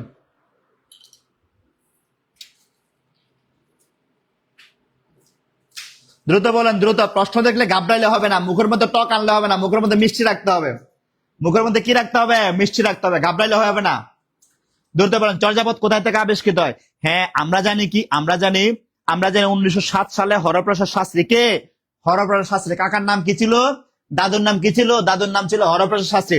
1907 সালে হরপ্রসাদ শাস্ত্রী দাদু নেপালের রাজ দরবার থেকে কোত্থেকে নেপালের রাজ দরবার থেকে চর্যাচর্য বিনষ্ট নামক 3টা পুঁথি উদ্ধার করেন। কয়টা? 3টা পুঁথি উদ্ধার করেন। এই পুঁথিগুলোকে পরে 1916 সালে বঙ্গীয় সাহিত্য পরিষদ থেকে 1000 বছরের বাংলা বৌদ্ধ গান নামে প্রকাশ করা হয়। এটাকে আমরা চর্যাপদ বলি, তাই না? তাহলে চর্যাপদ কোথায় থেকে পাইছে? চর্যাপদ পাইছে নেপালের রাজ দরবার থেকে। কোত্থেকে? নেপালের রাজ দরবার থেকে। তাহলে সঠিক উত্তর কি হবে? সঠিক উত্তর কি হবে? সঠিক উত্তর হবে সি নাম্বার। সঠিক উত্তর কি হবে? সঠিক উত্তর হবে সি নাম্বার। কি হবে? সি নাম্বার হবে সঠিক উত্তর। মনে থাকবে। ময়না আফা ক্লিয়ার? আপনি ওই প্রশ্নটা ক্লিয়ার? ময়না আফা 52 নাম্বার ক্লিয়ার কিনা বলেন?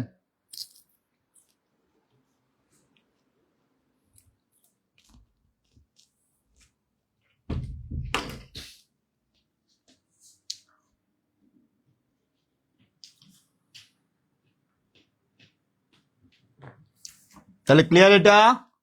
ওকে। চর্যাপদ কোথা থেকে আবিষ্কৃত হয়েছে? এটা তো দেখলাম নেপাল, সাব রেজিস্টার 2016। এটা ওইটাও নেপাল, ভিন্ন একটা প্রশ্ন, কিন্তু উত্তর একই।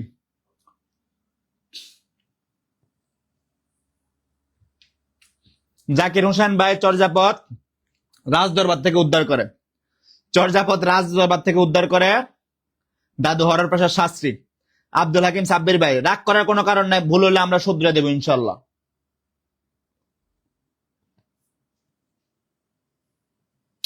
ক্লিয়ার? চর্যাপদ কোথেকে আবিষ্কৃত হয়? নেপাল থেকে আবিষ্কৃত। এটা আমরা একটু আগে দেখলাম। হ্যাঁ, তাহলে আমরা এই প্রশ্নটা স্কিপ করে যাই, কারণ এটা মাত্র পাইলাম। বাংলা ভাষার বৈষ্ণব পদাবলী আদি রচয়িতাকে বলেন। যোগাযোগ মন্ত্রণালয়ের অধীন প্রশাসনিক কর্মকর্তা 2022।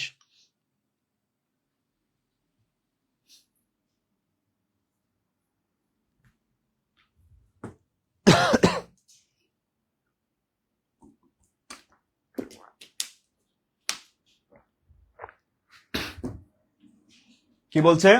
বাংলা ভাষায় বৈষ্ণব পদাবলীর আদি রচয়িতাকে। বাংলা ভাষায় বৈষ্ণব পদাবলীর আদি রচয়িতাকে। বাংলা ভাষায় বৈষ্ণব পদাবলীর আদি রচয়িতাকে দেখেন তো। যোগাযোগ মন্ত্রণালয়ের অধীন প্রশাসনিক কর্মকর্তা চণ্ডীদাস, বিদ্যাপতি, জ্ঞানদাস, আলোল। কি হবে? বৈষ্ণব পদাবলীর আদি রচয়িতাকে। বাংলা ভাষায় বৈষ্ণব পদাবলী 57 নাম্বার 57 কি হবে বলেন? বলেন। আইয়ুব বিন মজিদ ভাই বলছে মেলা বড় ক্লাস। না আইয়ুব ভাই। ময়না আপু, আমি আজকে পড়েছি, বাট বইয়ে দুটো উত্তর আছে, খ দেওয়া আছে। হ্যাঁ, ওই যে আপু, তাহলে যেটা সঠিক উত্তর এটা হবে, মনে রাখেন একটু আপু। ওকে, লজ্জা পাওয়ার কিছু নেই, আমরা শিখতে আসছি, এখানে শিখতে আসছি। আমাদের সঙ্গে মানিকগঞ্জ থেকে অনামিকা স্মৃতি আপু যুক্ত হয়ে গেছে, জাকির ভাই যুক্ত হয়ে গেছে, নুরানি খাতুন যুক্ত হয়ে গেছে আমাদের সঙ্গে। মীর সমাদ্দার 57। বাংলা ভাষায় বৈষ্ণব পদাবলীর আদি রচয়িতার নাম কি? আদি রচয়িতার নাম কি? আদি রচয়িতার নাম হচ্ছে মৈথিলীর কোকিল বিদ্যাপতি। আদি রচয়িতার নাম কি? মৈথিলীর কোকিল বিদ্যাপতি। চণ্ডীদাস হবে না, জ্ঞানদাস হবে না, আলাউল হবে না। তাহলে আদি কবিকে, আদি কবি নাম হচ্ছে বিদ্যাপতি। বিদ্যাপতিকে মৈথিলীর কোকিল বলা হয়। মৈথিলীর বা মৈথিলার কোকিল বলা হয়। কি বলা হয়? কোকিল বলা হয়। মৈথিলার কোকিল বলা হয়। কি বলা হয়? কোকিল বলা হয়। ঠিক আছে, মনে থাকবে। আচ্ছা ঠিক আছে, ওকে। তাহলে আমরা পরেরটা যাই। হ্যাঁ, বলছিলাম 19তম শিক্ষক নিবন্ধন জেনারেল ফুল কোর্সে ভর্তি চলতেছে। জেনারেল ফুল কোর্সে সম্পূর্ণ নতুন ব্যাচে ভর্তি চলতেছে। সম্পূর্ণ নতুন ব্যাচে ভর্তি চলতেছে। ফুল কোর্সের মধ্যে আপনি বাংলা শিখতে পারবেন, আপনাকে আমরা ইংলিশ শিখাবো, আপনাকে আমরা সাধারণ জ্ঞান শিখাবো, আপনাকে আমরা জেনারেল ম্যাথ শিখাবো। এই 4টা সাবজেক্টের কম্বিনেশন নিয়ে আমাদের 19তম শিক্ষক নিবন্ধন ফুল বেস। 19তম শিক্ষক নিবন্ধনের ফুল কোর্স। এই 4টাকে নিয়ে আমাদের 19তম শিক্ষক নিবন্ধনের ফুল কোর্স। এটার কোর্স হচ্ছে 3000 টাকা। তবে হ্যাঁ, মজার তথ্য হচ্ছে যতক্ষণ লাইভ চলবে ততক্ষণ যদি ভর্তি হন মাত্র 1300 টাকা কোর্স ফি। কত টাকা? মাত্র 1300 টাকা। যতক্ষণ লাইভ চলবে ততক্ষণ যদি ভর্তি হন প্রিয় ভাই বোন, মাত্র 1300 টাকা ভর্তি হতে পারবেন। কত টাকা? মাত্র 1300 টাকা ভর্তি হতে পারবেন। এছাড়াও আমাদের এই ক্লাসের বৈশিষ্ট্য হচ্ছে এখানে 100+ ক্লাস হবে, 100+ এক্সাম হবে, সকল ক্লাস রেকর্ড থাকবে, এবং ক্লাসের পর আপনাকে ক্লাসে শেষ করে দেওয়া হবে ইনশাল্লাহ। ভর্তি হওয়ার জন্য 07672657558 এই নাম্বারে 1199 টাকা পাঠাবেন। কত টাকা? 1199 টাকা পাঠাবেন। এছাড়া আমাদের সাবজেক্টিভ কোর্সও আছে। সাবজেক্টিভ কোর্সে ভর্তি হইতে এই নাম্বারে 1300 টাকা পাঠাবেন, ইনশাল্লাহ আপনাকে সাবজেক্টিভ কোর্সে ভর্তি করাতে হবে। আমাদের প্রথম ক্লাস হবে আগামী 10 তারিখ ইনশাল্লাহ। ঠিক আছে, তাহলে দেরি না করে দ্রুত ভর্তি হয়ে যান। আমাদের উপরে প্রত্যেকটা স্লাইডের উপরে নাম্বার দেওয়া আছে, এই নাম্বারে টাকা পাঠায় ভর্তি হয়ে যাবেন। পদ বা পদাবলী বলতে কি বোঝায়? 22তম বিসিএস 22তম বিসিএস, এটা বিসিএস সমাজসেবা অধিদপ্তরের সমাজসেবা অফিসার 2021। পদ বা পদাবলী বলতে কি বোঝায়? পদ বা পদাবলী বলতে কি বোঝায়? আয়ব বিন মজিদ ভাই, আমি ইসলাম শিক্ষা অনার্স মাস্টার্স করেছি এবং আলিয়া মাদ্রাসা থেকে ফাজিল কামিল করেছি, তাহলে আমি কোনটা আবেদন করবো?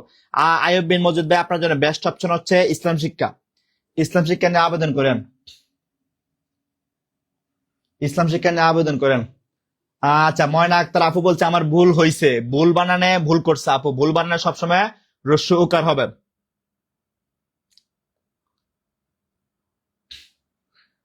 ওকে, ঠিক আছে, ক্লিয়ার। আচ্ছা, সমস্যা নাই আপু, ভুল হইতে পারে, আমরা শিখতে আসছি, কোনো সমস্যা না। যার ভুল হয় সে শিখে, যার ভুল হয় সে শিখে, যার ভুল হয় সে শিখে, ঠিক আছে। আচ্ছা, তাহলে পদ বা পদাবলী বলতে কি বোঝায়? লাছারি, লাছারি ছন্দ রচিত পদ্য বা কবিতা বলি। লাছারি ছন্দ হবে না। পদ্মাকারে রচিত দেবস্তিমূলক রচনা, বাউল বা মরমী গীতি, বৌদ্ধ বা বৈষ্ণবীয় ধর্মের গুরু বিশ্বের বিশ্ব সৃষ্টি। পদ বা পদাবলী বলতে বোঝায় পদ্মাকারে রচিত দেহবস্ত্রমূলক রচনা। এই দেহবস্ত্রমূলক রচনার মানে কি দেখেন তো? সঠিক উত্তর খ, পদ বা পদ্মাকার রচিত দেহবস্তিমূলক, দেবস্তিমূলক রচনা। এই দেবস্তিমূলক রচনার মানে কি আমরা কি বুঝি? দেবস্তিমূলক রচনার মানে কি আমরা কি বুঝি?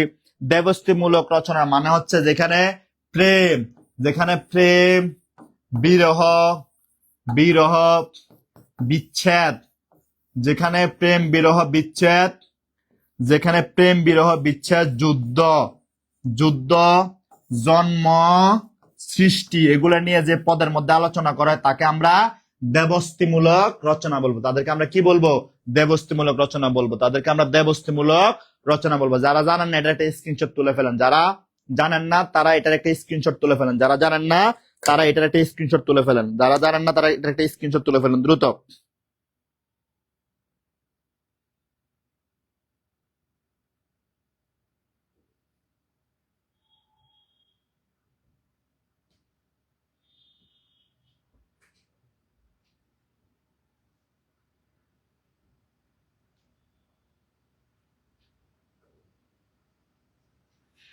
যারা জানেননি তারা দ্রুত স্ক্রিনশট তুলে ফেলেন। হয়েছে? স্ক্রিনশট হয়েছে? এটা আগে কে কে জানতেন বলেন তো, কে কে জানতেন না?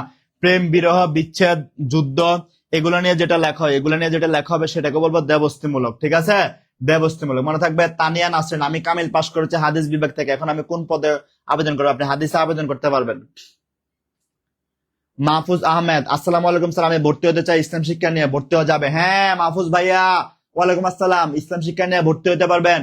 ইসলাম শিক্ষা নিয়ে আপনি যদি জেনারেল কোর্সে ভর্তি হন তাহলে 1900 টাকা, 1199 টাকা। আর যদি ইসলাম শিক্ষা সাবজেক্টে ভর্তি হন তাহলে সাবজেক্টিভ কোর্সে আমাদের 1300 টাকা। ভাইয়া জাস্ট 1300 টাকা পাঠায় দেন, ইনশাল্লাহ আপনাকে যুক্ত করে দেওয়া হবে ইনশাল্লাহ, ঠিক আছে? আচ্ছা, রাশেদ রায়হান ভাইয়া জানতেন না, এখন জানছেন তো। মাহফুজ ভাই দেরি করবেন না, জাস্ট এই নাম্বারে টাকা পাঠিয়ে দেন, আপনাকে ভর্তি করে দেওয়া হবে বিকাশ অথবা নগদ থেকে সেন্ড মানি করেন মাহফুজ ভাইয়া। হ্যাঁ, আচ্ছা। বৈষ্ণব পদকর্তা চণ্ডীদাস কয়জন বলেন? চণ্ডীদাস কয়জন? বড় চণ্ডীদাস, জ্ঞান চণ্ডীদাস, দ্বিজ চণ্ডীদাস, দীন চণ্ডীদাস, চণ্ডীদাস।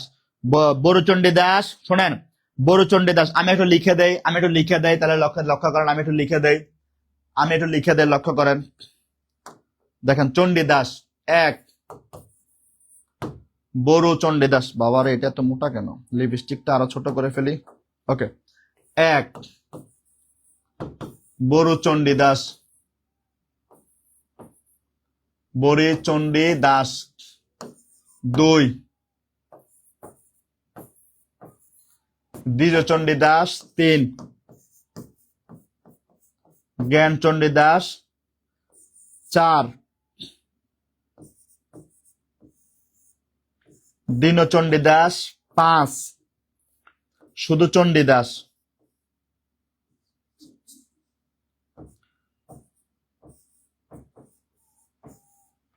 পাঁচ নাম্বার শুধু চণ্ডীদাস। তাহলে কয়জন হয়েছে? বৈষ্ণব পদকর্তা চণ্ডীদাস কতজন? চণ্ডীদাস কতজন? সঠিক উত্তর হবে 5 জন। আমি লিখে দিছি, সবাই একটা স্ক্রিনশট তুলে নেন। আমি লিখে দিছি, সবাই একটা স্ক্রিনশট তুলে নেন। লিখে দিলাম, সবাই একটা স্ক্রিনশট তুলে নেন। তাহলে বড় চণ্ডীদাস, দ্বিজ চণ্ডীদাস, জ্ঞান চণ্ডীদাস, দীন চণ্ডীদাস, শুধু চণ্ডীদাস। বড় চণ্ডীদাস, বড় চণ্ডীদাস কি লিখছেন? বড় চণ্ডীদাস সর্বপ্রথম, বড় চণ্ডীদাস কি লিখছেন? বড় চণ্ডীদাস কি লিখছেন বলেন তো? হ্যাঁ মাহফুজ ভাইয়া, আমাদের হোয়াটসঅ্যাপ নাম্বার 07672657558। ভাইয়া এই নাম্বারে টাকা পাঠিয়ে দেন এবং এই নাম্বারে আপনি হোয়াটসঅ্যাপে মেসেজ পাঠান, ইনশাআল্লাহ আপনাকে যুক্ত হবে। ম্যাথমেটিক্স শুধু রিটার্ন এমসিকিউ, ম্যাথমেটিক্স শাকাওয়াত ভাই ম্যাথমেটিক্স এর জন্য 1300 টাকা। আপনি এই নাম্বারে টাকা পাঠিয়ে দেন, এই নাম্বারে টাকা পাঠিয়ে দিলে আপনাকে ম্যাথমেটিক্স এর জন্য ভর্তি কনফার্ম করে দেওয়া হবে। বিকাশ অথবা নগদ থেকে পার্সোনালি সেন্ড মানি করবেন, বিকাশ অথবা নগদ থেকে 01767265758। আয়শা রহমান, আমি ইসলামের সংস্কৃতি মাস্টার্স, আমি কিসে আবেদন করতে পারবো? আপু আপনি ইসলামিক ইতিহাস ও সংস্কৃতি নিয়ে মাস্টার্স করছেন, আপনি যদি কলেজে আবেদন করেন তাহলে হচ্ছে আপনি ইসলামের ইতিহাস ও সংস্কৃতি নিয়ে আবেদন করতে পারবেন। প্রবাসীখাতে আবেদন করতে পারবেন। আর যদি স্কুল পর্যায়ে টুতে করেন, স্কুল পর্যায়ে টুতে ইসলামের ইতিহাস ও সংস্কৃতি আছে বিভিন্ন স্কুলের মধ্যে, আপনি এখানে আবেদন করতে পারবেন ইনশাল্লাহ। আর যদি নর্মাল আবেদন করেন তাহলে হচ্ছে আপনি সামাজিক বিজ্ঞানে আবেদন করতে পারবেন ইনশাল্লাহ। আয়েশা বিন তামিন, স্যার আমি মাত্র এবছর ডিগ্রি পাস করলাম কলেজ থেকে, আমি কোথায় আবেদন করতে পারবো? আপনি কলেজ থেকে ডিগ্রি পাস করছেন, আপনার ডিগ্রিতে কি ছিল? আপনার ডিগ্রি কি কমার্স থেকে ছিল, মানে বিবিএস ছিল, আপনার কি বিএসএস ছিল আর্টস থেকে, নাকি সায়েন্স থেকে বিএসসি ছিল? সেটার উপর নির্ভর করে আপনি কোথায় আবেদন করবেন। হ্যাঁ আচ্ছা ওকে, আমাদের এই সকল প্রশ্ন সেমিনারে করেন, আমরা সকল প্রশ্ন উত্তর দিয়ে দেবো ইনশাল্লাহ। ঠিক আছে, তাহলে চণ্ডী দাস কয়জন? 5 জন। বড় চণ্ডী দাস, দ্বিজ চণ্ডী দাস, জ্ঞান চণ্ডী দাস, দীন চণ্ডী দাস এবং শুধু চণ্ডী দাস, এই 5 জন হচ্ছে চণ্ডী দাস। মনে থাকবে ইনশাল্লাহ, মনে থাকবে। আচ্ছা তাহলে 60 নাম্বার, মৈথিল কুকিল কে? মৈথিল কুকিল খ্যাত কে? স্বরাষ্ট্র মন্ত্রণালয়ের অধীন পাসপোর্ট ও ইমিগ্রেশন অধিদপ্তর সহকারী পরিচালক, 2014 সাল। বলছে এই প্রশ্নগুলো খুবই গুরুত্বপূর্ণ, খুবই গুরুত্বপূর্ণ, জন্য আমরা বারবার এই প্রশ্নগুলো নিয়ে আসি। তাহলে কি বলছে? মৈথিলের কুকিল খ্যাত কে? কারা আমরা মৈথিলের কুকিল বলে? জ্ঞান দাসকে বলে, গোবিন্দ দাসকে বলে, বিদ্যাপতিকে বলে, না চণ্ডী দাসকে বলে? কাকে বলে আমরা? এই চণ্ডী দাসকে, বিদ্যাপতিকে আমরা কি বলি? বিদ্যাপতিকে আমরা মৈথিলের কুকিল বলি। কাকে বলি? বিদ্যাপতিকে আমরা মৈথিলের কুকিল বলি। তাহলে সঠিক উত্তর কি হবে? সঠিক উত্তর হবে বিদ্যাপতি। বিদ্যাপতিকে আমরা মৈথিলের কুকিল বলি। কি বলি? বিদ্যাপতিকে মৈথিলের কুকিল বলে। তাহলে আমরা বিদ্যাপতিকে মৈথিলের কুকিল বলি, মনে থাকবে। ইমরান ভাই বলছেন ওকে, আরবি প্রভাষক পদে কত লাগবে? ভাইয়া আলামিন ভাইয়া আসসালামু আলাইকুম, আরবি প্রভাষক পদে আপনার বিষয়ভিত্তিকে ভর্তি হতে 1300 টাকা লাগবে ভাইয়া, 1300 টাকা। 1300 টাকা এই নাম্বারে পাঠিয়ে দিবেন, 07672657558, এই নাম্বারে পাঠিয়ে দেবেন ইনশাল্লাহ। এই নাম্বারে পাঠিয়ে দিলে আপনার ভর্তি কনফার্ম হয়ে যাবে ইনশাল্লাহ। জাস্ট এই নাম্বারে পাঠিয়ে দিবেন 1300 টাকা। ঠিক আছে, আচ্ছা আমরা কি বলছি? মৈথিলের কুকিল খ্যাতকে, মৈথিলের কুকিল খ্যাত বিদ্যাপতি।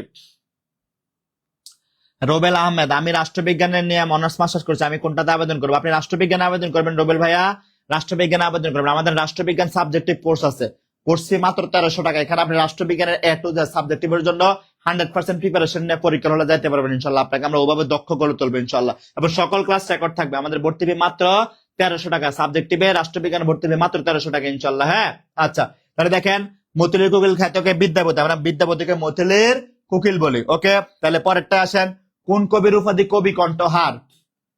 কোন কবির উপাধি কবি কণ্ঠহার? বলছে কোন কবির উপাধি কবি কণ্ঠহার? কবি কণ্ঠহার কাকে বলে? আমরা চণ্ডীদাসকে বলি, চণ্ডীদাসকে বলি না, বিদ্যাপতিকে বলি না। বিদ্যাপতিকে কি বলে আমরা? মৈথিলের কুকিল। চণ্ডীদাসকে বলে প্রেমের কবি। মুকুন্দরাম চক্রবর্তীকে আমরা বলি কবি কণ্ঠহার। কবি কণ্ঠহার কার উপাধি? কবি কণ্ঠহার মুকুন্দরাম চক্রবর্তীর উপাধি। কার? মুকুন্দরাম চক্রবর্তীর উপাধি। আর ভারতচন্দ্রকে আমরা কি বলি? ভারতচন্দ্রকে আমরা বলি সত্যপীর। ভারতচন্দ্র কি বলে?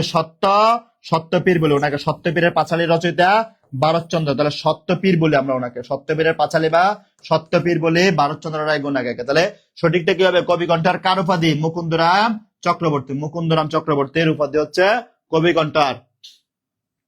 হ্যাঁ সাব্বির ভাই, সই কেমন ধরে বহিয়া আমার বধুয়ান যায় আমারও আঙ্গিনা দিয়া। কার? ভারতচন্দ্র রায় গুণাকারের। আমরা বলছি সবার ছয় চণ্ডী দাস, সবার উপরে মানুষ সত্য, তাহার উপরে কেমন, এটা কার? চণ্ডী দাস। আমরা বলছি সই সবার সই চণ্ডী দাস। তাহলে সই দিয়ে কি হবে?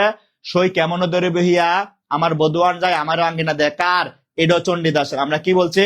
আমরা বলছি ভারতের নগরে যারা প্রীতি করে তারা প্রাসাদে দুধ ভাত খায়। তাহলে ভারতচন্দ্রের উক্তিকে কি? নগর পুরুলের দেবালয় কি এরাই আমার তারপর হচ্ছে আমার সন্তান যেন তাকে দুধে ভাতে। এরপরে কি বলছে? আমরা বড়রের প্রীতি বালিরও ভাত, ক্ষণ হাতে ধরে ক্ষণ হাতে চা। সবগুলা কার? ভারতচন্দ্র রায়। মনে থাকবে ইনশাল্লাহ। আচ্ছা, তাহলে কবি কণ্ঠহার কার? কবি কণ্ঠহার মুকুন্দরাম চক্রবর্তীর উপাধি। ঠিক আছে।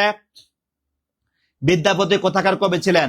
28তম বিসিএস এবং সহকারী রাজস্ব কর্মকর্তা। বলেন, এটা সবার পারার কথা। গোপাল দাস রক্তিম ভাই, হ্যাঁ আমাদের সামাজিক বিজ্ঞানের কোর্স আছে, সামাজিক বিজ্ঞানের কোর্স ফি 2000 টাকা। সমাজ বিজ্ঞানের সাবজেক্টিভ কোর্স ফি 2000 টাকা। সামাজিক বিজ্ঞানের সাবজেক্টিভ গোপাল ভাই আমাদের 2000 টাকা। ঠিক আছে, ওকে। তাহলে বিদ্যাপতি কোন অঞ্চলের কবি ছিলেন? বলেন, বিদ্যাপতি কোন অঞ্চলের কবি ছিলেন? বিদ্যাপতি কোন অঞ্চলের কবি ছিলেন বলেন।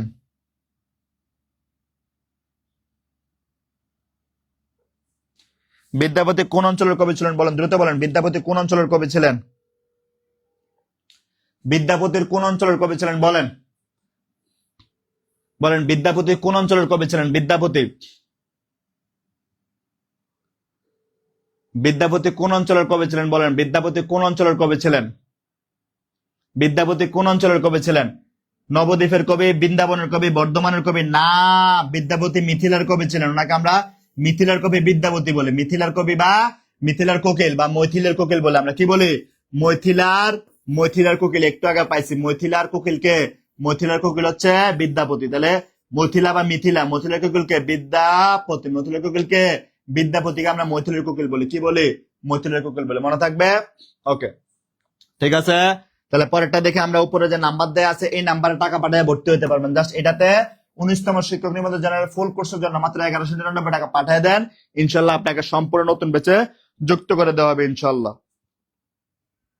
দেরি করবেন না, কারণ লাইভ চলে গেলে কিন্তু আমাদের অফার শেষ।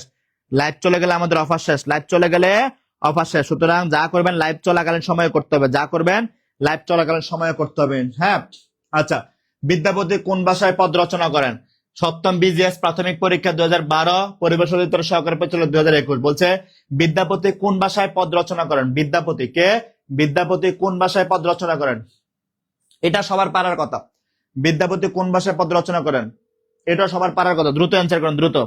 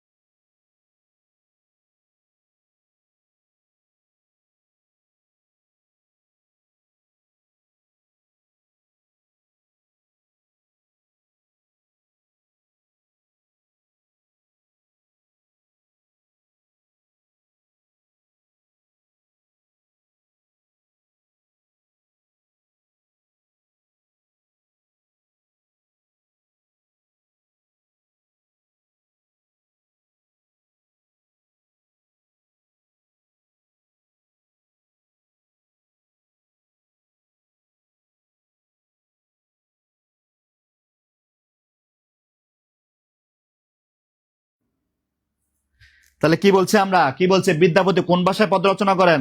বিদ্যাপতি কোন ভাষায় পদ রচনা করেন? দ্রুত বলেন। বিদ্যাপতি কোন ভাষায় পদ রচনা করেন? বলেন বিদ্যাপতি কোন ভাষায় পদ রচনা করেন? আমরা জানি বিদ্যাপতিকে মৈথিলের কোকিল বলা হয়। তিনি কোন ভাষায় পদ রচনা করেন? বিদ্যাপতি ফার্সি ভাষা না, বিদ্যাপতি ব্রজবুলি ভাষায় পদ রচনা করেন। কোন ভাষা?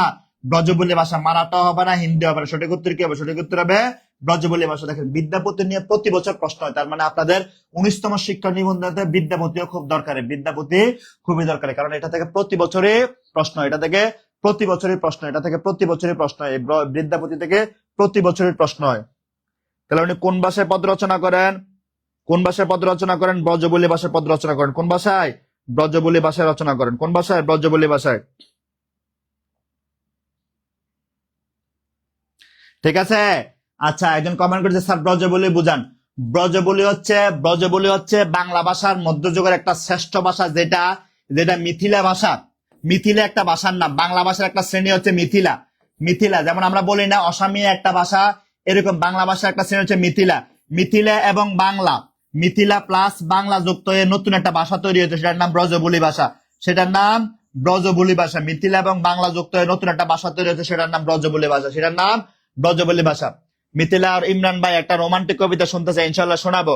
হিমরয় আর সামাজিক বিজ্ঞান সাবজেক্টের 2000 টাকা। কারণ আপু সামাজিক বিজ্ঞান সাবজেক্টের 2000 টাকা হিমরয় মানে হিমালয় না আপু, কারণ হচ্ছে আপু সামাজিক বিজ্ঞান আমরা রাষ্ট্রবিজ্ঞান পড়াবো, অর্থনীতি পড়াবো, সমাজ বিজ্ঞান পড়াবো, ভূগোল পড়াবো, ধর্ম পড়াবো, ইতিহাস পড়াবো, ইসলাম ইতিহাস পড়াবো, কারণ এটার মধ্যে সবকিছু আছে। হ্যাঁ, সেই জন্য হচ্ছে 2000 টাকা আপু। ঠিক আছে। তাহলে ব্রজবুলি মানে কি? মিথিলা এবং বাংলায় দুটা ভাষা। যদি বলতাম হিন্দি এবং বাংলা, তাহলে হিন্দি একটা ভাষা, মিথিলা একটা ভাষা। এরকম মিথিলা এবং বাংলা মিলে যে ভাষাটা তৈরি হচ্ছে সেটাকে আমরা ব্রজবুলি ভাষা বলি। বিষয়টা ক্লিয়ার বিষয়টা? আচ্ছা, ওকে। তাহলে আমরা পরেরটা দেখে, হ্যাঁ বলছিলাম 19তম শিক্ষক নিবন্ধন সম্পূর্ণ নতুন ব্যাচে ভর্তি চলতেছে, সম্পূর্ণ নতুন ব্যাচে ভর্তি চলতেছে। আমাদের ভর্তি ফি ছিল 3,000 টাকা। তবে আপনাদের কথা চিন্তা করেন, লাইভ চলাকালীন, যতক্ষণ লাইভ চলবে তখন ভর্তি ফি মাত্র 1100 টাকা। লাইভ চলাকালীন ভর্তি ফি মাত্র 1100 টাকা। লাইভ চলাকালীন ভর্তি ফি কত টাকা? মাত্র 1100 টাকা। এছাড়া আমাদের সাবজেক্টিভ কোর্স, আমাদের সাবজেক্টিভ কোর্সে ভর্তি চলতেছে। সাবজেক্টিভ কোর্সের ভর্তি ফি হচ্ছে 1300 টাকা। জাস্ট 1300 টাকা এই নাম্বারে পাঠিয়ে দিবেন, অথবা জেনারেলের জন্য এই নাম্বারে 1199 টাকা পাঠিয়ে দিবেন। ইনশাল্লাহ আপনাকে ভর্তি করে দেবে। আপনার কাছে 1199 টাকা নাই, আপনার কাছে এখন 700 টাকা আছে, কোনো সমস্যা না আপু, 700 টাকা এই নাম্বারে পাঠিয়ে দেন। কালকে আরো 499 টাকা ম্যানেজ করে, 499 টাকা ম্যানেজ করে এই নাম্বারে পাঠিয়ে, এই নাম্বারে হোয়াটসঅ্যাপে মেসেজ দিবেন যে স্যার আমার পেমেন্ট ডান, স্যার আমার পেমেন্ট ডান, আমাকে যুক্ত করে দেন। ইনশাল্লাহ আপনাকে যুক্ত করে দেওয়া হবে। যত দিন যাবে তত কিন্তু আপনার অফার কমে যাবে, যত দিন যাবে তত অফার কমে যাবে। সুতরাং দেরি করে লাভ নাই, দ্রুতই ভর্তি হয়ে যান। হ্যাঁ, এই যে আমাদের স্ক্রিনে যে নাম্বার দেওয়া আছে, স্ক্রিনে যে নাম্বার দেওয়া আছে, এই নাম্বারে দ্রুত টাকা পাঠায় ভর্তি হয়ে যান। ইনশাল্লাহ আপনাকে সম্পূর্ণ নতুন বেচে ভর্তি করে দেওয়া হবে ইনশাল্লাহ। ঠিক আছে আপু? আচ্ছা দেখেন 64, কোন কবি বাঙালি না হয়েও বাংলা সাহিত্যে স্বতন্ত্র স্থান দখল করে আছেন? কোন কবি বাঙালি না হয়েও বাংলা সাহিত্যে স্বতন্ত্র স্থান দখল করে আছেন? বলেন কোনজন বাঙালি কবি না? এখানে কোনজন বাঙালি কবি না? না রিজওয়ান আলী না ভাইয়া, ক্লাস শেষ না, ক্লাস আরো আছে ইনশাল্লাহ, আমরা আরো পড়াবো ইনশাল্লাহ, ক্লাস আরো আছে ইনশাল্লাহ, আমরা আরো পড়াবো। ঠিক আছে? আচ্ছা ওকে ঠিক আছে। কোন কবি বাঙালি না হয়েও বাংলা সাহিত্যে স্বতন্ত্র স্থান দখল করেছেন? বলেন হিসাব বিজ্ঞানের মোফাজ্জল হোসেন ভাইয়া, হিসাব বিজ্ঞানের কোর্স ফি 1300 টাকা, হিসাব বিজ্ঞানের কোর্স ফি 1300 টাকা ভাইয়া, হিসাব বিজ্ঞানের কোর্স ফি 1300 টাকা। আয়েশা বিন তামিন, স্যার আমি বিএসএস থেকে ডিগ্রি পাস করলাম কলেজ থেকে, এখন কোন সাবজেক্টে ভর্তি হতে পারবো? আপু আপনি যেহেতু বিএসএস থেকে ডিগ্রি করছেন, সেহেতু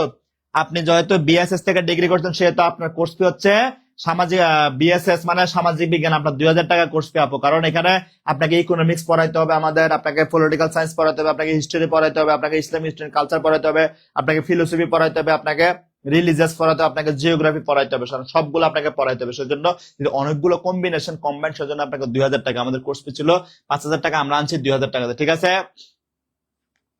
ক্লিয়ার এটা? আচ্ছা বুঝছো, কোন কবি বাঙালি না হয়, কোন কবি বাঙালি না হয়েও বাংলা সাহিত্যের স্বতন্ত্র স্থান দখল করে আছেন? কোন কবি? হ্যাঁ তানিয়া আপু 10 তারিখ থেকে ক্লাস শুরু হবে ইনশাল্লাহ। হ্যাঁ সাবজেক্টিভে কোন কবি বাঙালি না হয়েও একমাত্র মহাকবি আলাউল, তিনি বাংলা সাহিত্যে স্বতন্ত্র স্থান দখল করে আছে। জাকির ভাইয়া সাবজেক্টিভ ব্যবস্থাপনা 1300 টাকা, 1300 টাকা জাকির ভাইয়া, সাবজেক্টিভ ব্যবস্থাপনা 1300 টাকা। ভর্তি হওয়ার জন্য এই নাম্বারে সেন্ড মানি করেন জাকির ভাইয়া। ঠিক আছে? আচ্ছা বলছে কোন কবি বাঙালি না হয়েও বাংলা সাহিত্যে স্বতন্ত্র স্থান দখল করে আছেন? এই মহাকবি আলাওল তিনি ছিলেন আরাকান রাজসভার কবি। কোথায়? তিনি ছিলেন আরাকান সাহিত্যের কবি। আরাকান কোন এলাকা? আরাকান সাহিত্যের কবি। আরাকান কোন এলাকা? বর্তমান মায়ানমার এলাকা, বর্তমান মায়ানমার এলাকার সাহিত্য হচ্ছে আরাকান সাহিত্য। তাহলে মায়ানমারের সাহিত্য কি বাংলা? না, মায়ানমারের সাহিত্য বাংলা না, তবে এটা এখান থেকে অনেকগুলো জিনিস বাংলাতে চলে আসছে, সেজন্য সেটাকে আরাকান সাহিত্য বলে। তাহলে মহাকবি আলাউল তিনি বাঙালি না হয়েও, তিনি বাঙালি না, তিনি আরাকানের মানুষ, তিনি বাঙালি না হয়েও, যেহেতু মায়ানমার বা বার্মার মানুষ, আরাকানের মানুষ, সেহেতু তাকে বলা হয় অবাঙালি, মানে তিনি বাঙালি নন, তবে বাংলা সাহিত্যে তার একক আধিপত্য এখনো রয়ে গেছে, তার বিখ্যাত কাব্যগুলো এখনো বাংলা সাহিত্যে রয়ে গেছে, সেজন্য বলা হয় অবাঙালি কর্তৃক বাংলা সাহিত্য লিখেছেন একমাত্র মহাকবি আলাউল। মনে থাকবে এটা। ওকে মুফাজ্জল ভাই, হিসাব বিজ্ঞানের কোর্স ফি 1300 টাকা, হিসাব বিজ্ঞানের কোর্স ফি 1300 টাকা। মুফাজ্জল ভাই হিসাব বিজ্ঞানের কোর্স ফি 1300 টাকা, আর জেনারেল কোর্স ফি 1199 টাকা। এটা যতক্ষণ লাইভ চলবে ততক্ষণ, লাইভ চলে গেলে কিন্তু অফার শেষ, যতক্ষণ লাইভ চলবে ততক্ষণ, লাইভ চলে গেলে কিন্তু এই অফারটা শেষ, মনে থাকবে। আচ্ছা এখন কি দেখি আমরা, এখন মধ্যযুগীয় এক শ্রেণীর একখান কাব্যের উদাহরণ কোনটা? বলেন প্রাথমিক বিদ্যালয় সহকারী শিক্ষক 2023। মধ্যযুগীয় এক শ্রেণীর একখান কাব্যের উদাহরণ কোনটি? গীতিকাব্য, চণ্ডীমঙ্গল কাব্য, জীবনী কাব্য, চর্যাচর্য বিনশ্বর। বলেন একখান কাব্যের উদাহরণ কোনটা? গীতিকাব্য, চণ্ডীমঙ্গল কাব্য নাকি জীবনী কাব্য? দ্রুত বলেন একখান কাব্য কোনটা? মধ্যযুগের একখান কাব্য কোনটা? দ্রুত বলেন, দ্রুত বলেন মধ্যযুগের একখান কাব্য কোনটা? দ্রুত বলেন।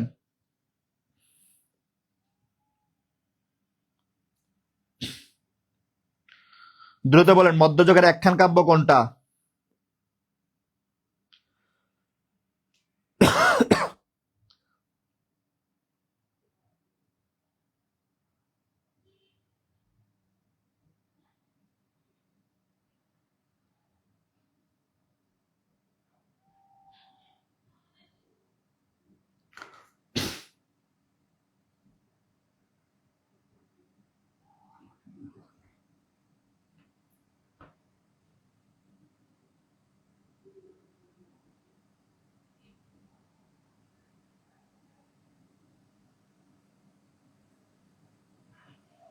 ওকে, কি বলছে আমরা মধ্যযুগের এক শ্রেণীর একখান কাব্যের উদাহরণ হচ্ছে চণ্ডীমঙ্গল কাব্য। মধ্যযুগের এক শ্রেণীর বলছে মধ্যযুগের এক শ্রেণীর একখান কাব্যের উদাহরণ কোনটা? গীতি কাব্য হবে না, এই চণ্ডীমঙ্গল কাব্য হচ্ছে মধ্যযুগের এক শ্রেণীর একখান কাব্য। একখান কাব্য কি? যে কাব্যের মধ্যে কোনো উপেক্ষান, যে কাব্যের মধ্যে ধর্ম ইতিহাসের উপেক্ষান লেখা হয়। উপেক্ষান রচনা করা। উপেক্ষান মানে কি? বিশাল একটা কাহিনী, অর্থাৎ প্রথম থেকে শুরু করে শেষ পর্যন্ত ক্রমান্বয়ে ধারার যে কাহিনীগুলো লেখা হয় সেটাকে আমরা উপেক্ষান বলি। মানে কিচ্ছা, সহজ কথায় কিচ্ছা। আগেকার যুগে মা চাচিরা কিচ্ছা বলতো না, আপনাদের কাছে কিচ্ছা শোনাইতো না। ছোটবেলায় আমারে কিচ্ছা শুনে শুনে রাতে ঘুম পাড়াইতো। আপনারা কিচ্ছা শুনছেন কিনা আমি জানি না। আপনারা যেটাকে গল্প বলেন, আমি গ্রামের ভাষায় সেটা কিচ্ছা বলতাম। মারা বলতাম মা এটা কিচ্ছা বলেন না, মা কিচ্ছা বলতো। হ্যাঁ, তাহলে কিচ্ছাটা কি দেখেন, মায়েরা বিভিন্ন সময় ওই যে বানসা পরিহার হচ্ছে, তারপর হচ্ছে যে কি যেন গাজী কালু কি যেন মহিলাটার নাম, চম্পাবতী, ওই কিচ্ছা শোনায় আমার ঘুম পাড়ায় ফেলতো। ঠিক আছে, বা হচ্ছে যে আলিফ লাইলার কাহিনী বলতো, সিন্দাবাদের কাহিনী বলতো, তারপর হচ্ছে বিভিন্ন নবীর আসলে ইউনুস নবীর কাহিনী বলতো। এগুলো বলে বলে আমার কিচ্ছা শুনে ঘুম পাড়ে। তাহলে এই কিচ্ছাটা কি দেখেন, এটা প্রথম পর্ব থেকে শেষ পর্যন্ত। যেমন ইউসুফ আলাহ সাল্লামের সময় কি হয়েছে, ওনাকে ওনারা কূপে ফেলে দিছে, ওনার ভাইয়েরা ওখান থেকে উনি উঠে গেছে, কাফেলা এসে ওনাকে নিয়ে গেছে, পরে উনি মিশরের প্রধান হয়ে গেছেন। এই কিচ্ছাগুলো আমার শোনাতো। তাহলে এটা কি প্রথম থেকে শেষ পর্যন্ত একটা ঘটনা না? প্রথম থেকে শেষ পর্যন্ত যে ঘটনাটা সেটাকে আমরা উপেক্ষান বলি। সেটাকে কি বলি? ধর্ম ইতিহাস এগুলো নিয়ে যে উপেক্ষান লেখা হয় সেটাকে আমরা একখান বলি। কি বলি? একখান বলে। তো দেখেন মধ্যযুগে এক শ্রেণীর একখান, এখানে একখান কোনটা? একখান হচ্ছে চণ্ডীমঙ্গল কাব্য, কারণ এখানে শুরু থেকে শেষ দুটাই আছে, ধর্ম এবং ইতিহাস দুটাই আছে। তাহলে এটাকে আমরা একখান কাব্য বলি। মনে থাকবো। যদি এখানে অপশন উত্তরে পাইছি তাহলে এগুলো তো হবেই না, চর্যা বিনষ্ট কি চর্যাপদ জীবনী কাব্য, এটা হইব না। ঠিক আছে, মনে থাকবে কিনা বলেন? মিহির সমাদদার দেলারা চিনি সারা, হ্যাঁ চিনি সারা লারা দিব। ইমরান ভাই বলছেন কিচ্ছা শুনেছি, আলহামদুলিল্লাহ। ইমরান, অনামিকা স্মৃতি আপু বলছেন আমিও কিচ্ছা শুনতাম স্যার। হ্যাঁ, আসলে আমরা সবাই মোটামুটি মায়েদের থেকে কিচ্ছা শুনে বড় হয়েছে। এখন না ধরেন ছোট বাচ্চারা হচ্ছে মোবাইলের ইউটিউবের মধ্যে বিভিন্ন রিলস দেখে, স্টোরি দেখে, এগুলো দেখে দেখে ভাত খায়, টাকা ওই টাকা। আমাদেরকে তো কিচ্ছা শোনাতে ঘুম পাড়াইছে, তাই না? আমাদের নূপুর আপু তার ছেলেকে কিচ্ছা বলে। হ্যাঁ, এই জিনিসগুলা ধারাগুলা প্রচলন রাখতে পারেন। কিচ্ছা মানে একখান বা উপেক্ষান। ঠিক আছে। মোসাম্মদ ববি, জি শুনছি। কি বলে ভাত খাওয়াইতো, কি যে বুঝছে আল্লাহ জানে। ঠিক আছে। জাকির ভাইয়া, না আমাদের অফলাইন নাই, আমাদের সরাসরি ক্লাস নাই, আমাদের সবকিছু অনলাইনে হবে। হ্যাঁ, অনলাইনে হবে ভাইয়া। এখনই ভর্তি হয়ে যান, ঈদের বন্ধটাকে কাজে লাগান, পড়াশোনা করেন। এখনই ভর্তি হয়ে যান, ঈদের বন্ধটাকে কাজে লাগান, পড়াশোনা করেন। এখনই ভর্তি হয়ে যান, ঈদের বন্ধটাকে কাজে লাগান, পড়াশোনা করেন দ্রুত।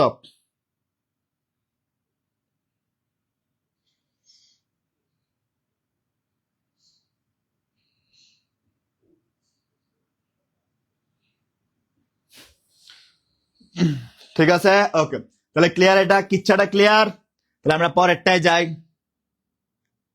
মধ্যযুগের বাংলা সাহিত্যের অন্যতম নিদর্শন কোনটা? মধ্যযুগের বাংলা সাহিত্যের অন্যতম নিদর্শন কোনটা বলেন? চারটা অপশন থেকে কি হবে? মধ্যযুগের বাংলা সাহিত্যের অন্যতম নিদর্শন কোনটা? দ্রুত বলেন, দ্রুত। মধ্যযুগের বাংলা সাহিত্যের অন্যতম নিদর্শন কি হবে বলেন?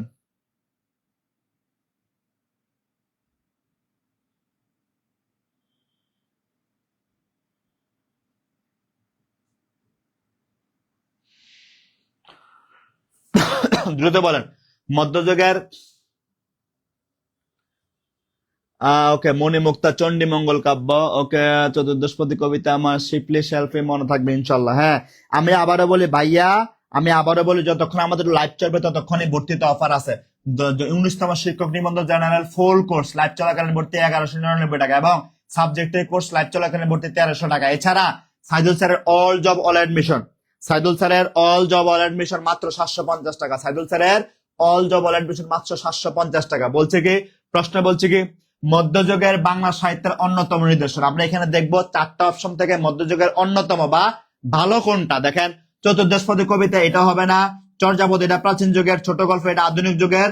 মধ্যযুগের একমাত্র বিখ্যাত সাহিত্য হচ্ছে এখানে মঙ্গল কাব্য। মঙ্গল কাব্য বা মনসা মঙ্গল, চণ্ডী মঙ্গল, অন্নমঙ্গল বা অন্নদা মঙ্গল বা ধর্মমঙ্গল, এগুলো হচ্ছে মধ্যযুগের মঙ্গল কাব্য। মঙ্গল কাব্য মানে কি? ধারণা করা হয় যে কাব্য এক মঙ্গলবার থেকে আরেক মঙ্গলবারে রচনা করা হতো সেটাকে মঙ্গল কাব্য বলে। অথবা আরো কিছু সাহিত্যিকদের মতে মঙ্গল কাব্য মানে মঙ্গল মানে ভালো, যে কাব্য পাঠ করলে, যে কাব্য পড়লে মঙ্গল বা ভালো হতো, এবং যে কাব্য না পড়লে বা যে কাব্যকে শ্রদ্ধা না করলে অমঙ্গল হতো, সেটাকে মঙ্গল কাব্য বলে। তাহলে এই মঙ্গল কাব্য হচ্ছে আমার অপশন গুলোর মধ্যে শুধুমাত্র মঙ্গল কাব্য মধ্যযুগের বাংলা সাহিত্যের অন্যতম নিদর্শন। এছাড়া চতুর্দশ পদী কবিতা এটা আধুনিক যুগের, চর্যাপদ এটা প্রাচীন যুগের, ছোট গল্প এটাও আধুনিক যুগের, কারণ মধ্যযুগে কোনো ছোট গল্প ছিল না, মধ্যযুগে কোনো চতুর্দশ পদী কবিতা ছিল না, মধ্যযুগে কোনো চর্যাপদ ছিল না। তাহলে কি ছিল? শুধুমাত্র মঙ্গল কাব্য ছিল। ঠিক আছে, এত সুন্দর করে ক্লিয়ার করে দেওয়ার পরও আর কি আপনাদের আর কোথায় সমস্যা থাকার কথা বলেন? এত সুন্দর করে ক্লিয়ার করে দেওয়ার পরে এরপর যদি না বোঝেন তাহলে কি করা দরকার? মঙ্গল কাব্য সমূহের বিষয়বস্তু মূলত কি? লোকসঙ্গীত, মধ্যযুগের সমাজে বর্ণনা। এই দেখেন মঙ্গল কাব্যের বিষয়বস্তু কি, আবার মঙ্গল কাব্য নিয়ে মধ্যযুগের সমাজ ব্যবস্থার বর্ণনা। মঙ্গল কাব্যে কি ছিল? মঙ্গল কাব্যে ছিল মধ্যযুগের সমাজ ব্যবস্থার বর্ণনা। কিসের বর্ণনা? মধ্যযুগের সমাজ ব্যবস্থার বর্ণনা। ঠিক আছে, আচ্ছা তাহলে আমরা পরেরটা দেখি আমরা। নিচের কোনটি মধ্যযুগের কাব্যের প্রধান একটি ধারা? মঙ্গল কাব্য, অনুবাদ সাহিত্য, রোমাঞ্চধর্মী প্রণয় উপাখ্যান। হ্যাঁ দেখেন, প্রধান একটি ধারা। এই ধারা কি? শুধুমাত্র মঙ্গল কাব্যের মধ্যে ধারা ছিল, অনুবাদ সাহিত্যের ধারা ছিল না, রোমাঞ্চধর্মী প্রণয় উপাখ্যান ধারা ছিল না। এক একজনের মতো লিখতো। মঙ্গল কাব্যে একটা ধারা মেনটেন করে লিখছে। কি লিখছে? প্রথমে ছিল মনসা, তারপরে ধরেন আবার এরপরে ছিল চণ্ডী, এরপরে ছিল অন্নদ, এরপরে ছিল ধর্ম, এইভাবে একটার পরে একটা 1 2 3 4 5 এইভাবে লেখা হয়েছে। এই ধারা যেটা মানছে সেটা হচ্ছে মঙ্গল কাব্য। অনুবাদ ধারা মানে নাই, রোমাঞ্চধর্মী প্রণয় উপাখ্যান ধারা মানে নাই, বৈষ্ণব পদাবলী ধারা মানেই নাই, এ নিজের মতো করে লিখছে। তাহলে ধারা কোনটা মারছে? ধারা মানছে হচ্ছে শুধুমাত্র মঙ্গল কাব্য। কোনটা ধারা মানছে? শুধুমাত্র মঙ্গল কাব্য ধারা মানছে। মনে থাকবে, শুধুমাত্র মঙ্গল কাব্য ধারা মানছে। বিষয়টা কি ক্লিয়ার? বন্ধুরা বলেন বিষয়টা ক্লিয়ার কিনা?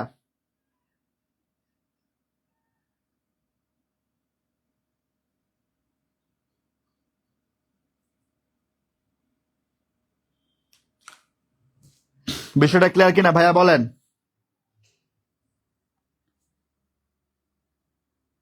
ক্লিয়ার? বিষয়টা ক্লিয়ার? আলহামদুলিল্লাহ। ওকে, আমরা পরেরটা কি আছে দেখি আমরা। ওকে, মঙ্গল কাব্যের রচনার মূল উল্লেখিত কারণ কি? কেন এটা লিখছে? মঙ্গল কাব্যে কি লিখছে? রাজাদের প্রাপ্তি না, এটা হবে না। স্বপ্নে দেবদেবী কর্তৃক, এটা হবে না। রাজসভা হবে না। রাজকবির এই যে স্বপ্নে দেবদেবীর কর্তৃক আদেশ লাভে, স্বপ্নে দেবদেবীর কর্তৃক যে আদেশ লাভ হয়েছে, এটা হচ্ছে মধ্যযুগের মঙ্গল কাব্যের রচনার মূল উল্লেখিত কারণ। এটা হচ্ছে মধ্যযুগের রচনার মূল উল্লেখিত কারণ। ক্লিয়ার এটা? আচ্ছা তাহলে আমরা পরেরটা যাই। পরেরটা কি আছে দেখি। বলছে 19তম শিক্ষক নিবন্ধন জেনারেল ফুল কোর্সে ভর্তি যদি জানেন, ফুল কোর্সে বলতেছে আমাদের কোর্স ফি 3000 টাকা। তবে লাইভ চলাকালীন সময় ভর্তি ফি কত টাকা? মাত্র 1199 টাকা। মাত্র কত টাকা? 1199 টাকা। এই যে আমাদের এখানে নাম্বার দেওয়া আছে, এই নাম্বারটাতে টাকা পাঠায়া ভর্তি হয়ে যাবেন। ঠিক আছে, আচ্ছা ক্লিয়ার? মঙ্গল কাব্যে কোন দুই দেবতার প্রাধান্য বেশি? শিবায়ন, ধর্ম ঠাকুর, মনসা, শিবমঙ্গল, চণ্ডী ও শিবায়ন, মনসা, চণ্ডী। কোন দেবতার? এই মনসা এবং চণ্ডী দেবতা, এই দুজনের প্রাধান্য সব থেকে বেশি।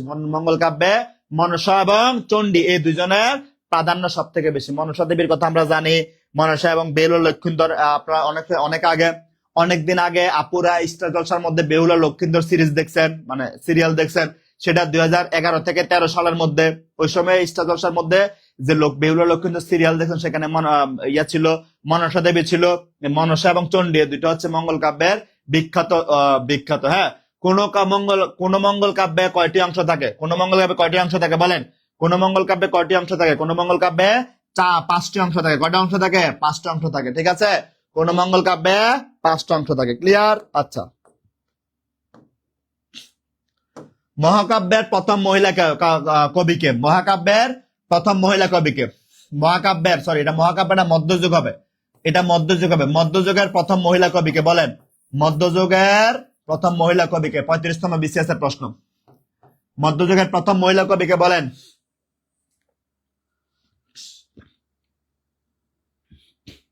মধ্যযুগের প্রথম মহিলা কবিকে বলেন? মনে আছে? মধ্যযুগের প্রথম মহিলা কবির নাম দেবী চন্দ্রাবতী। কে? দেবী চন্দ্রাবতী, দ্বিজবংশী দাসের মেয়ে দেবী চন্দ্রাবতী। বাড়ি হচ্ছে কিশোরগঞ্জ। কানাহরি দত্ত হবে না, মানিক দত্ত হবে না, ভারতচন্দ্র হবে না। প্রথম মহিলা কবি চন্দ্রাবতী কবি দ্বিজবংশী দাসের কন্যা। তার বাড়ি হচ্ছে কিশোরগঞ্জে। কোথায়? কিশোরগঞ্জে। হ্যাঁ ভাইয়া, আপনি ইংলিশে ভর্তি হওয়ার জন্য জাস্ট এই নাম্বারে সেন্ড মানি করবেন। জাস্ট ইংলিশে ভর্তি হওয়ার জন্য এই নাম্বারে সেন্ড মানি করবেন। কোন নাম্বারে? এই নাম্বারে সেন্ড মানি করবেন।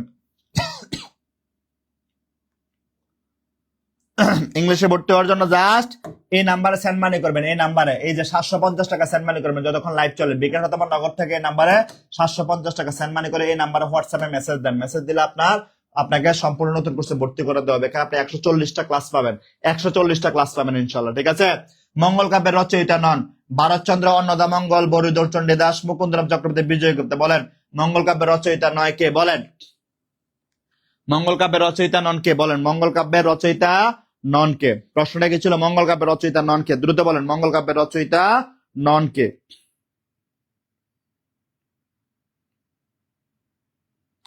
মঙ্গল কাব্যের রচয়িতা নন কে? দ্রুত বলেন, দ্রুত দ্রুত দ্রুত বলেন মঙ্গল কাব্যের রচয়িতা নন কে?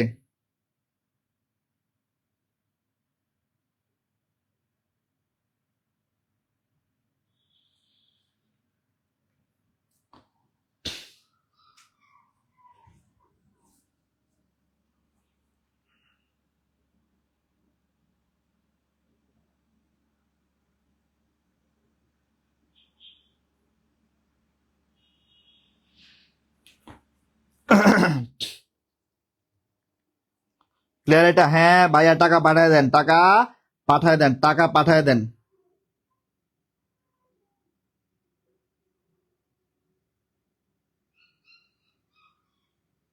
হ্যাঁ ঠিক আছে, ওকে। তাহলে বলছে মঙ্গল কাব্যের রচয়িতা নন কে? বরুচণ্ডী দাস, মুকুন্দরাম চক্রবর্তী। বরুচণ্ডী দাস, বরুচণ্ডী দাস কি মঙ্গল কাব্য লিখছে? উনি কি মঙ্গল কাব্য লিখছে? মুকুন্দরাম চক্রবর্তী মঙ্গল কাব্য লিখছে? ভারতচন্দ্র রায় অন্নদা মঙ্গল কাব্য লিখছে। প্রশ্নটা হওয়া উচিত ছিল মঙ্গল কাব্যের রচয়িতাকে, উত্তর হতো ভারতচন্দ্র রায় গুণাকার। বিজয় গুপ্ত লিখছে মঙ্গল কাব্য, তাহলে সঠিক উত্তর ভারতচন্দ্র রায় গুণাকার পেয়ে যেতাম আমরা, ঠিক আছে। আচ্ছা, ভারতচন্দ্র রায় গুণাকার অন্নদা মঙ্গল লিখছে। যারা ভারতচন্দ্রের নাম বলতেছেন উনি অন্নদা মঙ্গল কাব্য লিখছে। কোনটি আধুনিক যুগের কাব্য? মনসা মঙ্গল। দেখেন কোনটি আধুনিক যুগের কাব্য? মনসা মঙ্গল মধ্যযুগের, এটা হয় বড়। অন্নদা মঙ্গল মধ্যযুগের, কালিকা মঙ্গল এটাও মধ্যযুগের। সারদা মঙ্গল আধুনিক যুগের কাব্য।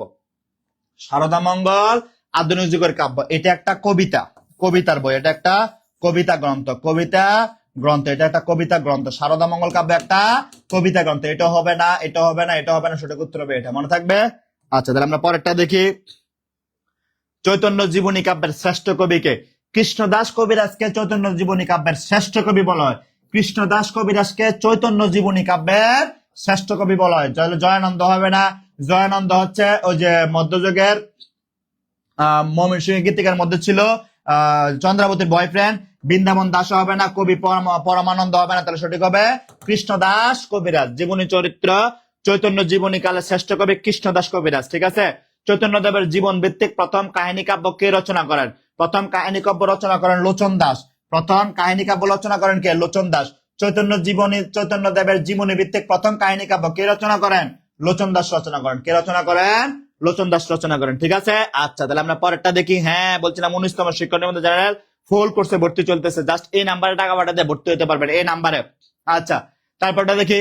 চৈতন্য মঙ্গলের রচয়িতাকে? চৈতন্য মঙ্গল রচয়িতা লোচন দাস। একটু আগে যার কথা বললাম, এই প্রশ্নটা মাত্র আমরা দেখলাম। হ্যাঁ আচ্ছা তাহলে পরেরটা। নবী বংশ কার? নবী বংশ সৈয়দ সুলতানের লেখা। গোলাম মুস্তফা হবে না, হাজী মোহাম্মিল হবে না, মীর মোশাররফ হোসেন হবে না, সৈয়দ সুলতানের লেখা হচ্ছে নবী বংশ। নবী বংশ পুস্তকটা লিখছে কে? সৈয়দ সুলতান লিখছে। এটা এর আগে আসছে ইউজিসি প্রশাসনিক কর্মকর্তা 2023 সালের প্রশ্ন। হ্যাঁ আচ্ছা তারপরটা দেখি আমরা। মর্সিয়া শব্দের উৎপত্তি কোন ভাষা থেকে? মর্সিয়া শব্দের উৎপত্তি আরবি ভাষা থেকে। আরবি ভাষা, আরবি ভাষা, আরবি ভাষা। মার্সিয়া, এই মার্সিয়া শব্দ আরবি ভাষা থেকে উৎপন্ন, ঠিক আছে। আচ্ছা 80 নাম্বার চলে আসছে। মর্সিয়া শব্দের অর্থ কি? মর্সিয়া শব্দের অর্থ হচ্ছে শোক বা আহাজারি, দুঃখ, শোককাব্য, বেদনা মিশ্রিত। শোক বা আহাজারি হচ্ছে মর্সিয়া। দুঃখ হবে, শোককাব্য হবে, বেদনা মিশ্রিত কাব্য হবে। সবগুলা সেম অপশনের সেম অর্থ দেয়। যেহেতু এটা আগে আছে, এটাকে আমরা সঠিক উত্তর হিসেবে দাগাবো, ঠিক আছে। হ্যাঁ প্রিয় ভাই বোন, এইবার আসেন আপনাদের জন্য সুখবর নিয়ে আসতেছি। আপনাদের জন্য 19তম শিক্ষক নিবন্ধনের সাবজেক্টিভ ফুল কোর্সের ভর্তি নিয়ে আপনাদের সামনে সুখবর নিয়ে আসতেছি। আপনাদের সামনে সুখবর নিয়ে আসতেছি। এখানে কি কি পড়ানো হবে একটু লক্ষ্য করেন। আমরা এখানে কি কি পড়াবো একটু লক্ষ্য করেন। আমরা এখানে প্রতিটি টপিক্স এর বেসিক পড়াবো, প্রতিটি টপিক্স এর এমসিকিউ প্লাস লিখিত আকারে পড়ানো হবে। কারণ আপনাকে ধরুন আমরা এমসিকিউ পড়ালাম, পরীক্ষার 15 দিন আগে বলবো হ্যাঁ পরীক্ষা লিখিত হবে, তখন কি করবেন?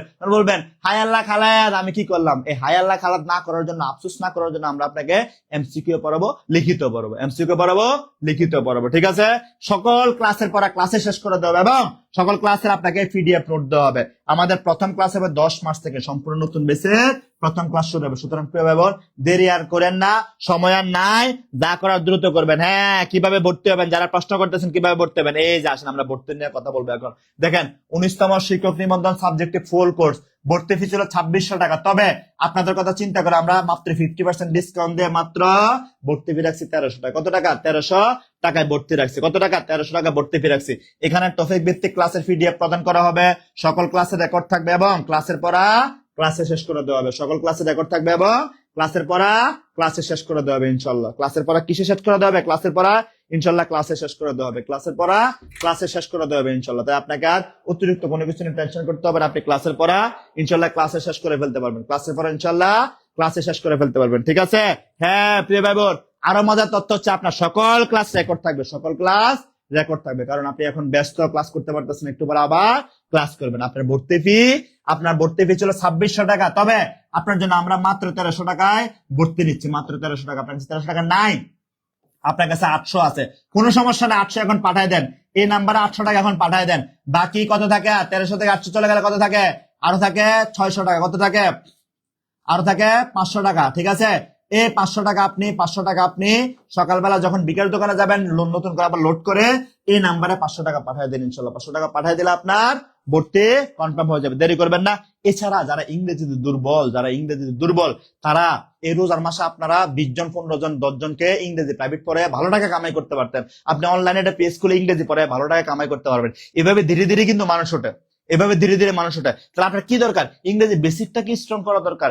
এইভাবে ইংরেজির বেসিক স্ট্রং করতে হলে আপনার জন্য শুধু ইংরেজি বেসিকের জন্য আমাদের কোর্স আছে মাত্র 1500 টাকা। তবে যতক্ষণ লাইভ চলবে ততক্ষণ মাত্র 750 টাকা দিয়ে ভর্তি হবে। যতক্ষণ লাইভ চলবে ততক্ষণ মাত্র 750 টাকা দিয়ে ভর্তি হবে। যতক্ষণ লাইভ চলবে ততক্ষণ মাত্র 750 টাকা দিয়ে ভর্তি হবে। মনে থাকবে?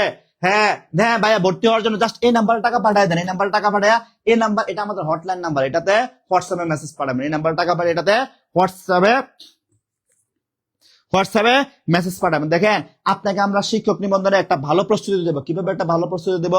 যেমন ধরেন, আপনি আজকে রাতে হচ্ছে কোথাও যাচ্ছেন কোন একটা কিছু অর্জন করার জন্য, বা ধরেন আপনি আগামীকালকে সকালে কোথায় কোন নদীতে যাচ্ছেন মাছ ধরার জন্য। তাহলে মাছ ধরার জন্য আপনি যদি একবারে ডাকডোল পিটিয়ে যান, নদীতে গিয়ে মাছ ধরতে পারবেন না। আপনাকে একটা ভালো প্রিপারেশন নিয়ে যেতে হবে। মাছ ধরার জন্য যা যা দরকার ওরকম প্রিপারেশন নিয়ে যেতে হবে এবং মানসিকভাবে প্রস্তুত থাকতে হবে। তাহলে 19তম শিক্ষক নিবন্ধন আপনি যদি শিক্ষক হন, আপনাকে ওভাবে মেন্টালি প্রিপারেশন নিতে হবে, শারীরিক প্রিপারেশন নিতে হবে, আপনার নোটস গুলাকে ভালোভাবে সাজাইতে হবে। আমরা আপনাকে শারীরিক প্রিপারেশন, মেন্টালি প্রিপারেশন এবং আপনাকে 19তম শিক্ষক নিবন্ধনের জন্য শিক্ষক হিসেবে তৈরি হতে যা যা দরকার আমরা সবকিছু আপনাকে প্রদান করবো ইনশাল্লাহ। তাহলে ভালো প্রস্তুতি আপনাকে শিক্ষক হতে সহায়তা করবে। ধরেন কালকে সকালবেলা আপনি ডাব পারবেন গাছ থেকে। ডাব গাছ অনেক উঁচু না, অনেক কষ্ট ডাব গাছে ওঠা। তাহলে ডাব গাছে উঠতে হলে আপনি কি শার্ট প্যান্ট আমার মধ্যে পাঞ্জাবি পরে ডাব গাছ উঠতে পারবেন না? পারবেন না। তাহলে কি করা দরকার? ডাব গাছে উঠতে হলে আপনাকে ওইরকম জামা লাগবে, শারীরিক প্রস্তুতি লাগবে। আপনি দুর্বল, তাহলে কি ডাব গাছ উঠতে পারবেন না? শারীরিক প্রস্তুতি লাগবে, মানসিক প্রস্তুতি লাগবে, যে ডাব গাছ অনেক উপর, আমাকে মেন্টালি স্ট্রং থাকতে হবে, তবে আপনি ডাব পেরে খাইতে পারবেন। তাহলে আপনার মধ্যে এখন দরকার এরকম, একটা প্রিপারেশন দরকার 19তম শিক্ষক নিবন্ধনের শিক্ষক হওয়ার জন্য। যদি এরকম প্রিপারেশন নিতে পারেন তবে আপনি শিক্ষক হতে পারেন। যদি এরকম টাকা প্রিপারেশন নিতে পারেন তাহলে শিক্ষক হতে পারেন। হ্যাঁ, যারা টাকা পাঠাচ্ছেন তারা দ্রুত কমেন্টে সেন্ড মানি লিখুন। কমেন্টে সেন্ড মানি ডান লিখুন। যারা টাকা পাঠাচ্ছেন কমেন্টে সেন্ড মানি ডান লিখে দেন। জাস্ট সেন্ড মানি ডান লিখে দেন। যারা টাকা পাঠাচ্ছেন কমেন্টে সেন্ড মানি ডান লিখে দেন। হ্যাঁ, দেরি করবেন না, সেন্ড মানি ডান লিখেন। তাহলে 19তম শিক্ষক নিবন্ধনের শিক্ষক হতে কি দরকার? আপনার একটা মেন্টাল প্রিপারেশন দরকার। আপনার ধরেন কতক্ষণ পড়বেন, কি পড়বেন, কিভাবে পড়বেন। বাজার থেকে ধরেন আপনি এরকম 300 টাকা দিয়ে একটা বই কিনলেন, বাজার থেকে একটা বই কিনলেন। আচ্ছা, বাজারে অসংখ্য বই আছে, বই পড়ে কি সবাই টিচার হয়ে যায়? এরকম 300 টাকার বই পড়ে কি টিচার হয়ে যায়? না, হয়ে যায় না। যদি এরকম বই পড়ে টিচার হইতো, পৃথিবীতে কোনো ইউনিভার্সিটিতে টিচার থাকতো না, পৃথিবীতে কোনো কলেজের টিচার থাকতো না, পৃথিবীতে কোনো স্কুলের টিচার থাকতো না। তাহলে 2000 টাকার বই দিয়ে বলতো, এই যা তুই এসএসসি পাস করে ফেলবে, তুই বিসিএস হয়ে যাবে। কেন টিচার আছে? বোঝানোর জন্য, আপনাকে রেডি করার জন্য, আপনাকে রেডি করার জন্য টিচার আছে। হ্যাঁ, যারা টাকা পাঠাচ্ছেন তারা সেন্ড মানি ডান লিখে কমেন্ট করুন, তাহলে আপনাকে সিক্রেট গ্রুপে যুক্ত করে দেওয়া হবে। যারা টাকা পাঠাচ্ছেন তারা সেন্ড মানি ডান লিখে কমেন্ট করুন, তাহলে আপনাকে সিক্রেট গ্রুপে যুক্ত করে দেবে ইনশাল্লাহ। যারা টাকা পাঠাচ্ছেন তারা সেন্ড মানি ডান লিখুন, তাহলে আপনাকে সিক্রেট গ্রুপে যুক্ত করে দেবে। দেরি করবেন না, সেন্ড মানি ডান লিখুন। হ্যাঁ, যারা টাকা পাঠাচ্ছেন তারা সেন্ড মানি ডান লিখুন, সেন্ড মানি ডান লিখলে আপনাকে সিক্রেট গ্রুপে যুক্ত করে দেবে। দেরি করবেন না, দেরি করবেন না, দেরি করবেন না। যারা টাকা পাঠাচ্ছেন তারা জাস্ট সেন্ড মানি ডান লিখে দিন, জাস্ট সেন্ড মানি ডান লিখে দিন, তাহলে আপনাকে সম্পূর্ণ নতুন সিক্রেট গ্রুপে যুক্ত করে দেওয়া হবে ইনশাল্লাহ। যারা টাকা পাঠাচ্ছেন তারা সেন্ড মানি ডান লিখে দেন, সেন্ড মানি ডান লিখে দেন। যারা টাকা পাঠাচ্ছেন তারা সেন্ড মানি ডান লিখে দেন, সেন্ড মানি ডান লিখলে আপনাকে সিক্রেট গ্রুপে যুক্ত করে দেওয়া হবে। যারা টাকা পাঠাচ্ছেন তারা সেন্ড মানি ডান লিখেন, যারা টাকা পাঠাচ্ছেন তারা সেন্ড মানি ডান লিখেন, সেন্ড মানি ডান লিখলে আপনাকে সিক্রেট গ্রুপে যুক্ত করে দেওয়া হবে ইনশাল্লাহ। হ্যাঁ, দেরি করবেন না। হ্যাঁ হ্যাঁ ভাইয়া, ভর্তির জন্য জাস্ট এই নাম্বারে টাকা পাঠাবেন, 07672657558। জাস্ট এই নাম্বারে টাকা পাঠাবেন, 07672657558। দেরি করবেন না। হ্যাঁ হ্যাঁ হ্যাঁ। আর হচ্ছে ইংরেজি বেসিকের জন্য যারা ভর্তি হবেন তারা এই নাম্বারে 750 টাকা পাঠাবেন, পাঠায়া কমেন্টে লিখুন সেন্ড মানি ডান, তাহলে আপনাকে এই সম্পূর্ণ নতুন সিক্রেট গ্রুপে আপনাকে যুক্ত করে দেবে। এখানে আপনি 140টা ক্লাস পাবেন, তার মধ্যে 70টা ক্লাস অলরেডি রেকর্ড আছে এবং আরো 70টা ক্লাস রেকর্ডেড, 70টা ক্লাস রেকর্ড আছে এবং আরো 70টা ক্লাস রেকর্ডেড, টোটাল 140টা ক্লাস পাবেন। কয়টা ক্লাস? 140টা ক্লাস পাবেন। তাই দেরি না করে দ্রুত ভর্তি হয়ে যান, দ্রুত ভর্তি হয়ে যান, দেরি করবেন না, দ্রুত ভর্তি হয়ে যান, দেরি করবেন না, দ্রুত ভর্তি হয়ে যান প্রিয় ভাই বোন। হ্যাঁ, দ্রুত দ্রুত দ্রুত টাকা পাঠিয়ে দেন, দ্রুত ভর্তি হয়ে যান, দ্রুত ভর্তি হয়ে যান। আমরা বলছি 19তম শিক্ষক নিবন্ধন জেনারেল ফুল কোর্সে আমাদের ভর্তি চলতেছে মাত্র 1199 টাকা। এছাড়া 19তম শিক্ষক নিবন্ধন সাবজেক্টিভ আমাদের ভর্তি চলতেছে মাত্র 1300 টাকা। এই লাইভটা কাটেন না, লাইভ যতক্ষণ চলবে প্রিয় ভাই বোন টাকা কালেক্ট করে ফেলেন, টাকা কালেক্ট করে ভর্তি হয়ে যান, টাকা কালেক্ট করে ফেলেন, টাকা কালেক্ট করে ভর্তি হয়ে যান, টাকা কালেক্ট করে ভর্তি হয়ে যান, যে টাকা কালেক্ট করে ভর্তি হয়ে যান। যারা টাকা পাঠাইছেন তারা সেন্ড মানি ডান লিখে দেন, সেন্ড মানি ডান লিখে দেন, কারণ আপনাকে আমরা ওভাবে প্রিপেয়ার করবো যেন আপনি সবকিছুতে ভালো প্রিপারেশন নিতে পারেন। সবকিছুতে যদি ভালো প্রিপারেশন নিতে পারেন তবে আপনি ভালো শিক্ষক হয়ে গড়ে উঠবেন। সবকিছুতে ভালো প্রিপারেশন নিতে পারলে তবে আপনি ভালো শিক্ষক হয়ে গড়ে উঠবেন। তাই ভালো শিক্ষক হইতে কি হইতে ভালো শিক্ষক হইতে আপনার কি দরকার? ভালো শিক্ষক হইতে আপনার দরকার একটা ভালো গাইডলাইন। কি দরকার? একটা ভালো গাইডলাইন দরকার। আমরা আপনাকে ওইরকম ভালো গাইডলাইন দেবো ইনশাল্লাহ। ঠিক আছে প্রিয় ভাই বোন, দেরি করবেন না, আমাদের লাইভ চলবে কিছুক্ষণ, লাইভ চলাকালীন সময় ভর্তিতে অফার থাকবে, দেরি না করে দ্রুত ভর্তি হয়ে যান। হ্যাঁ, এই নাম্বারে টাকা পাঠান, টাকা পাঠায় এই নাম্বারে কমেন্টে লিখেন সেন্ড মানি ডান, কমেন্টে লিখেন আমাদের লাইভের কমেন্টে লিখেন সেন্ড মানি ডান, লাইভের কমেন্টে কি লিখবেন? সেন্ড মানি ডান লিখে দেন। কি লিখবেন? লিখেন সেন্ড মানি ডান, সেন্ড মানি ডান লিখেন, সেন্ড মানি ডান, সেন্ড মানি ডান লিখে দেন, সেন্ড মানি ডান লিখে দেন। সেন্ড মানি ডান লিখে দিলে আপনাকে সম্পূর্ণ নতুন সিক্রেট গ্রুপে যুক্ত করে দেবে ইনশাল্লাহ। ঠিক আছে, ওকে প্রিয় ভাই বোন, আপনারা টাকা পাঠাতে থাকেন, আমরা বিদায় নিচ্ছি। ভালো থাকবেন সবাই, সবার জন্য শুভকামনা। আগামী আবার দেখা হবে আপনাদের সঙ্গে। আসসালামু আলাইকুম, আল্লাহ হাফেজ। হ্যাঁ, লাইভ চলবে, লাইভটা এখন কাটেন না স্যার, ওরা ভর্তি হবে। হ্যাঁ, টাকা ম্যানেজ করে আপনারা ভর্তি হয়ে যান ইনশাল্লাহ। হ্যাঁ, দেরি করবেন না। ওকে।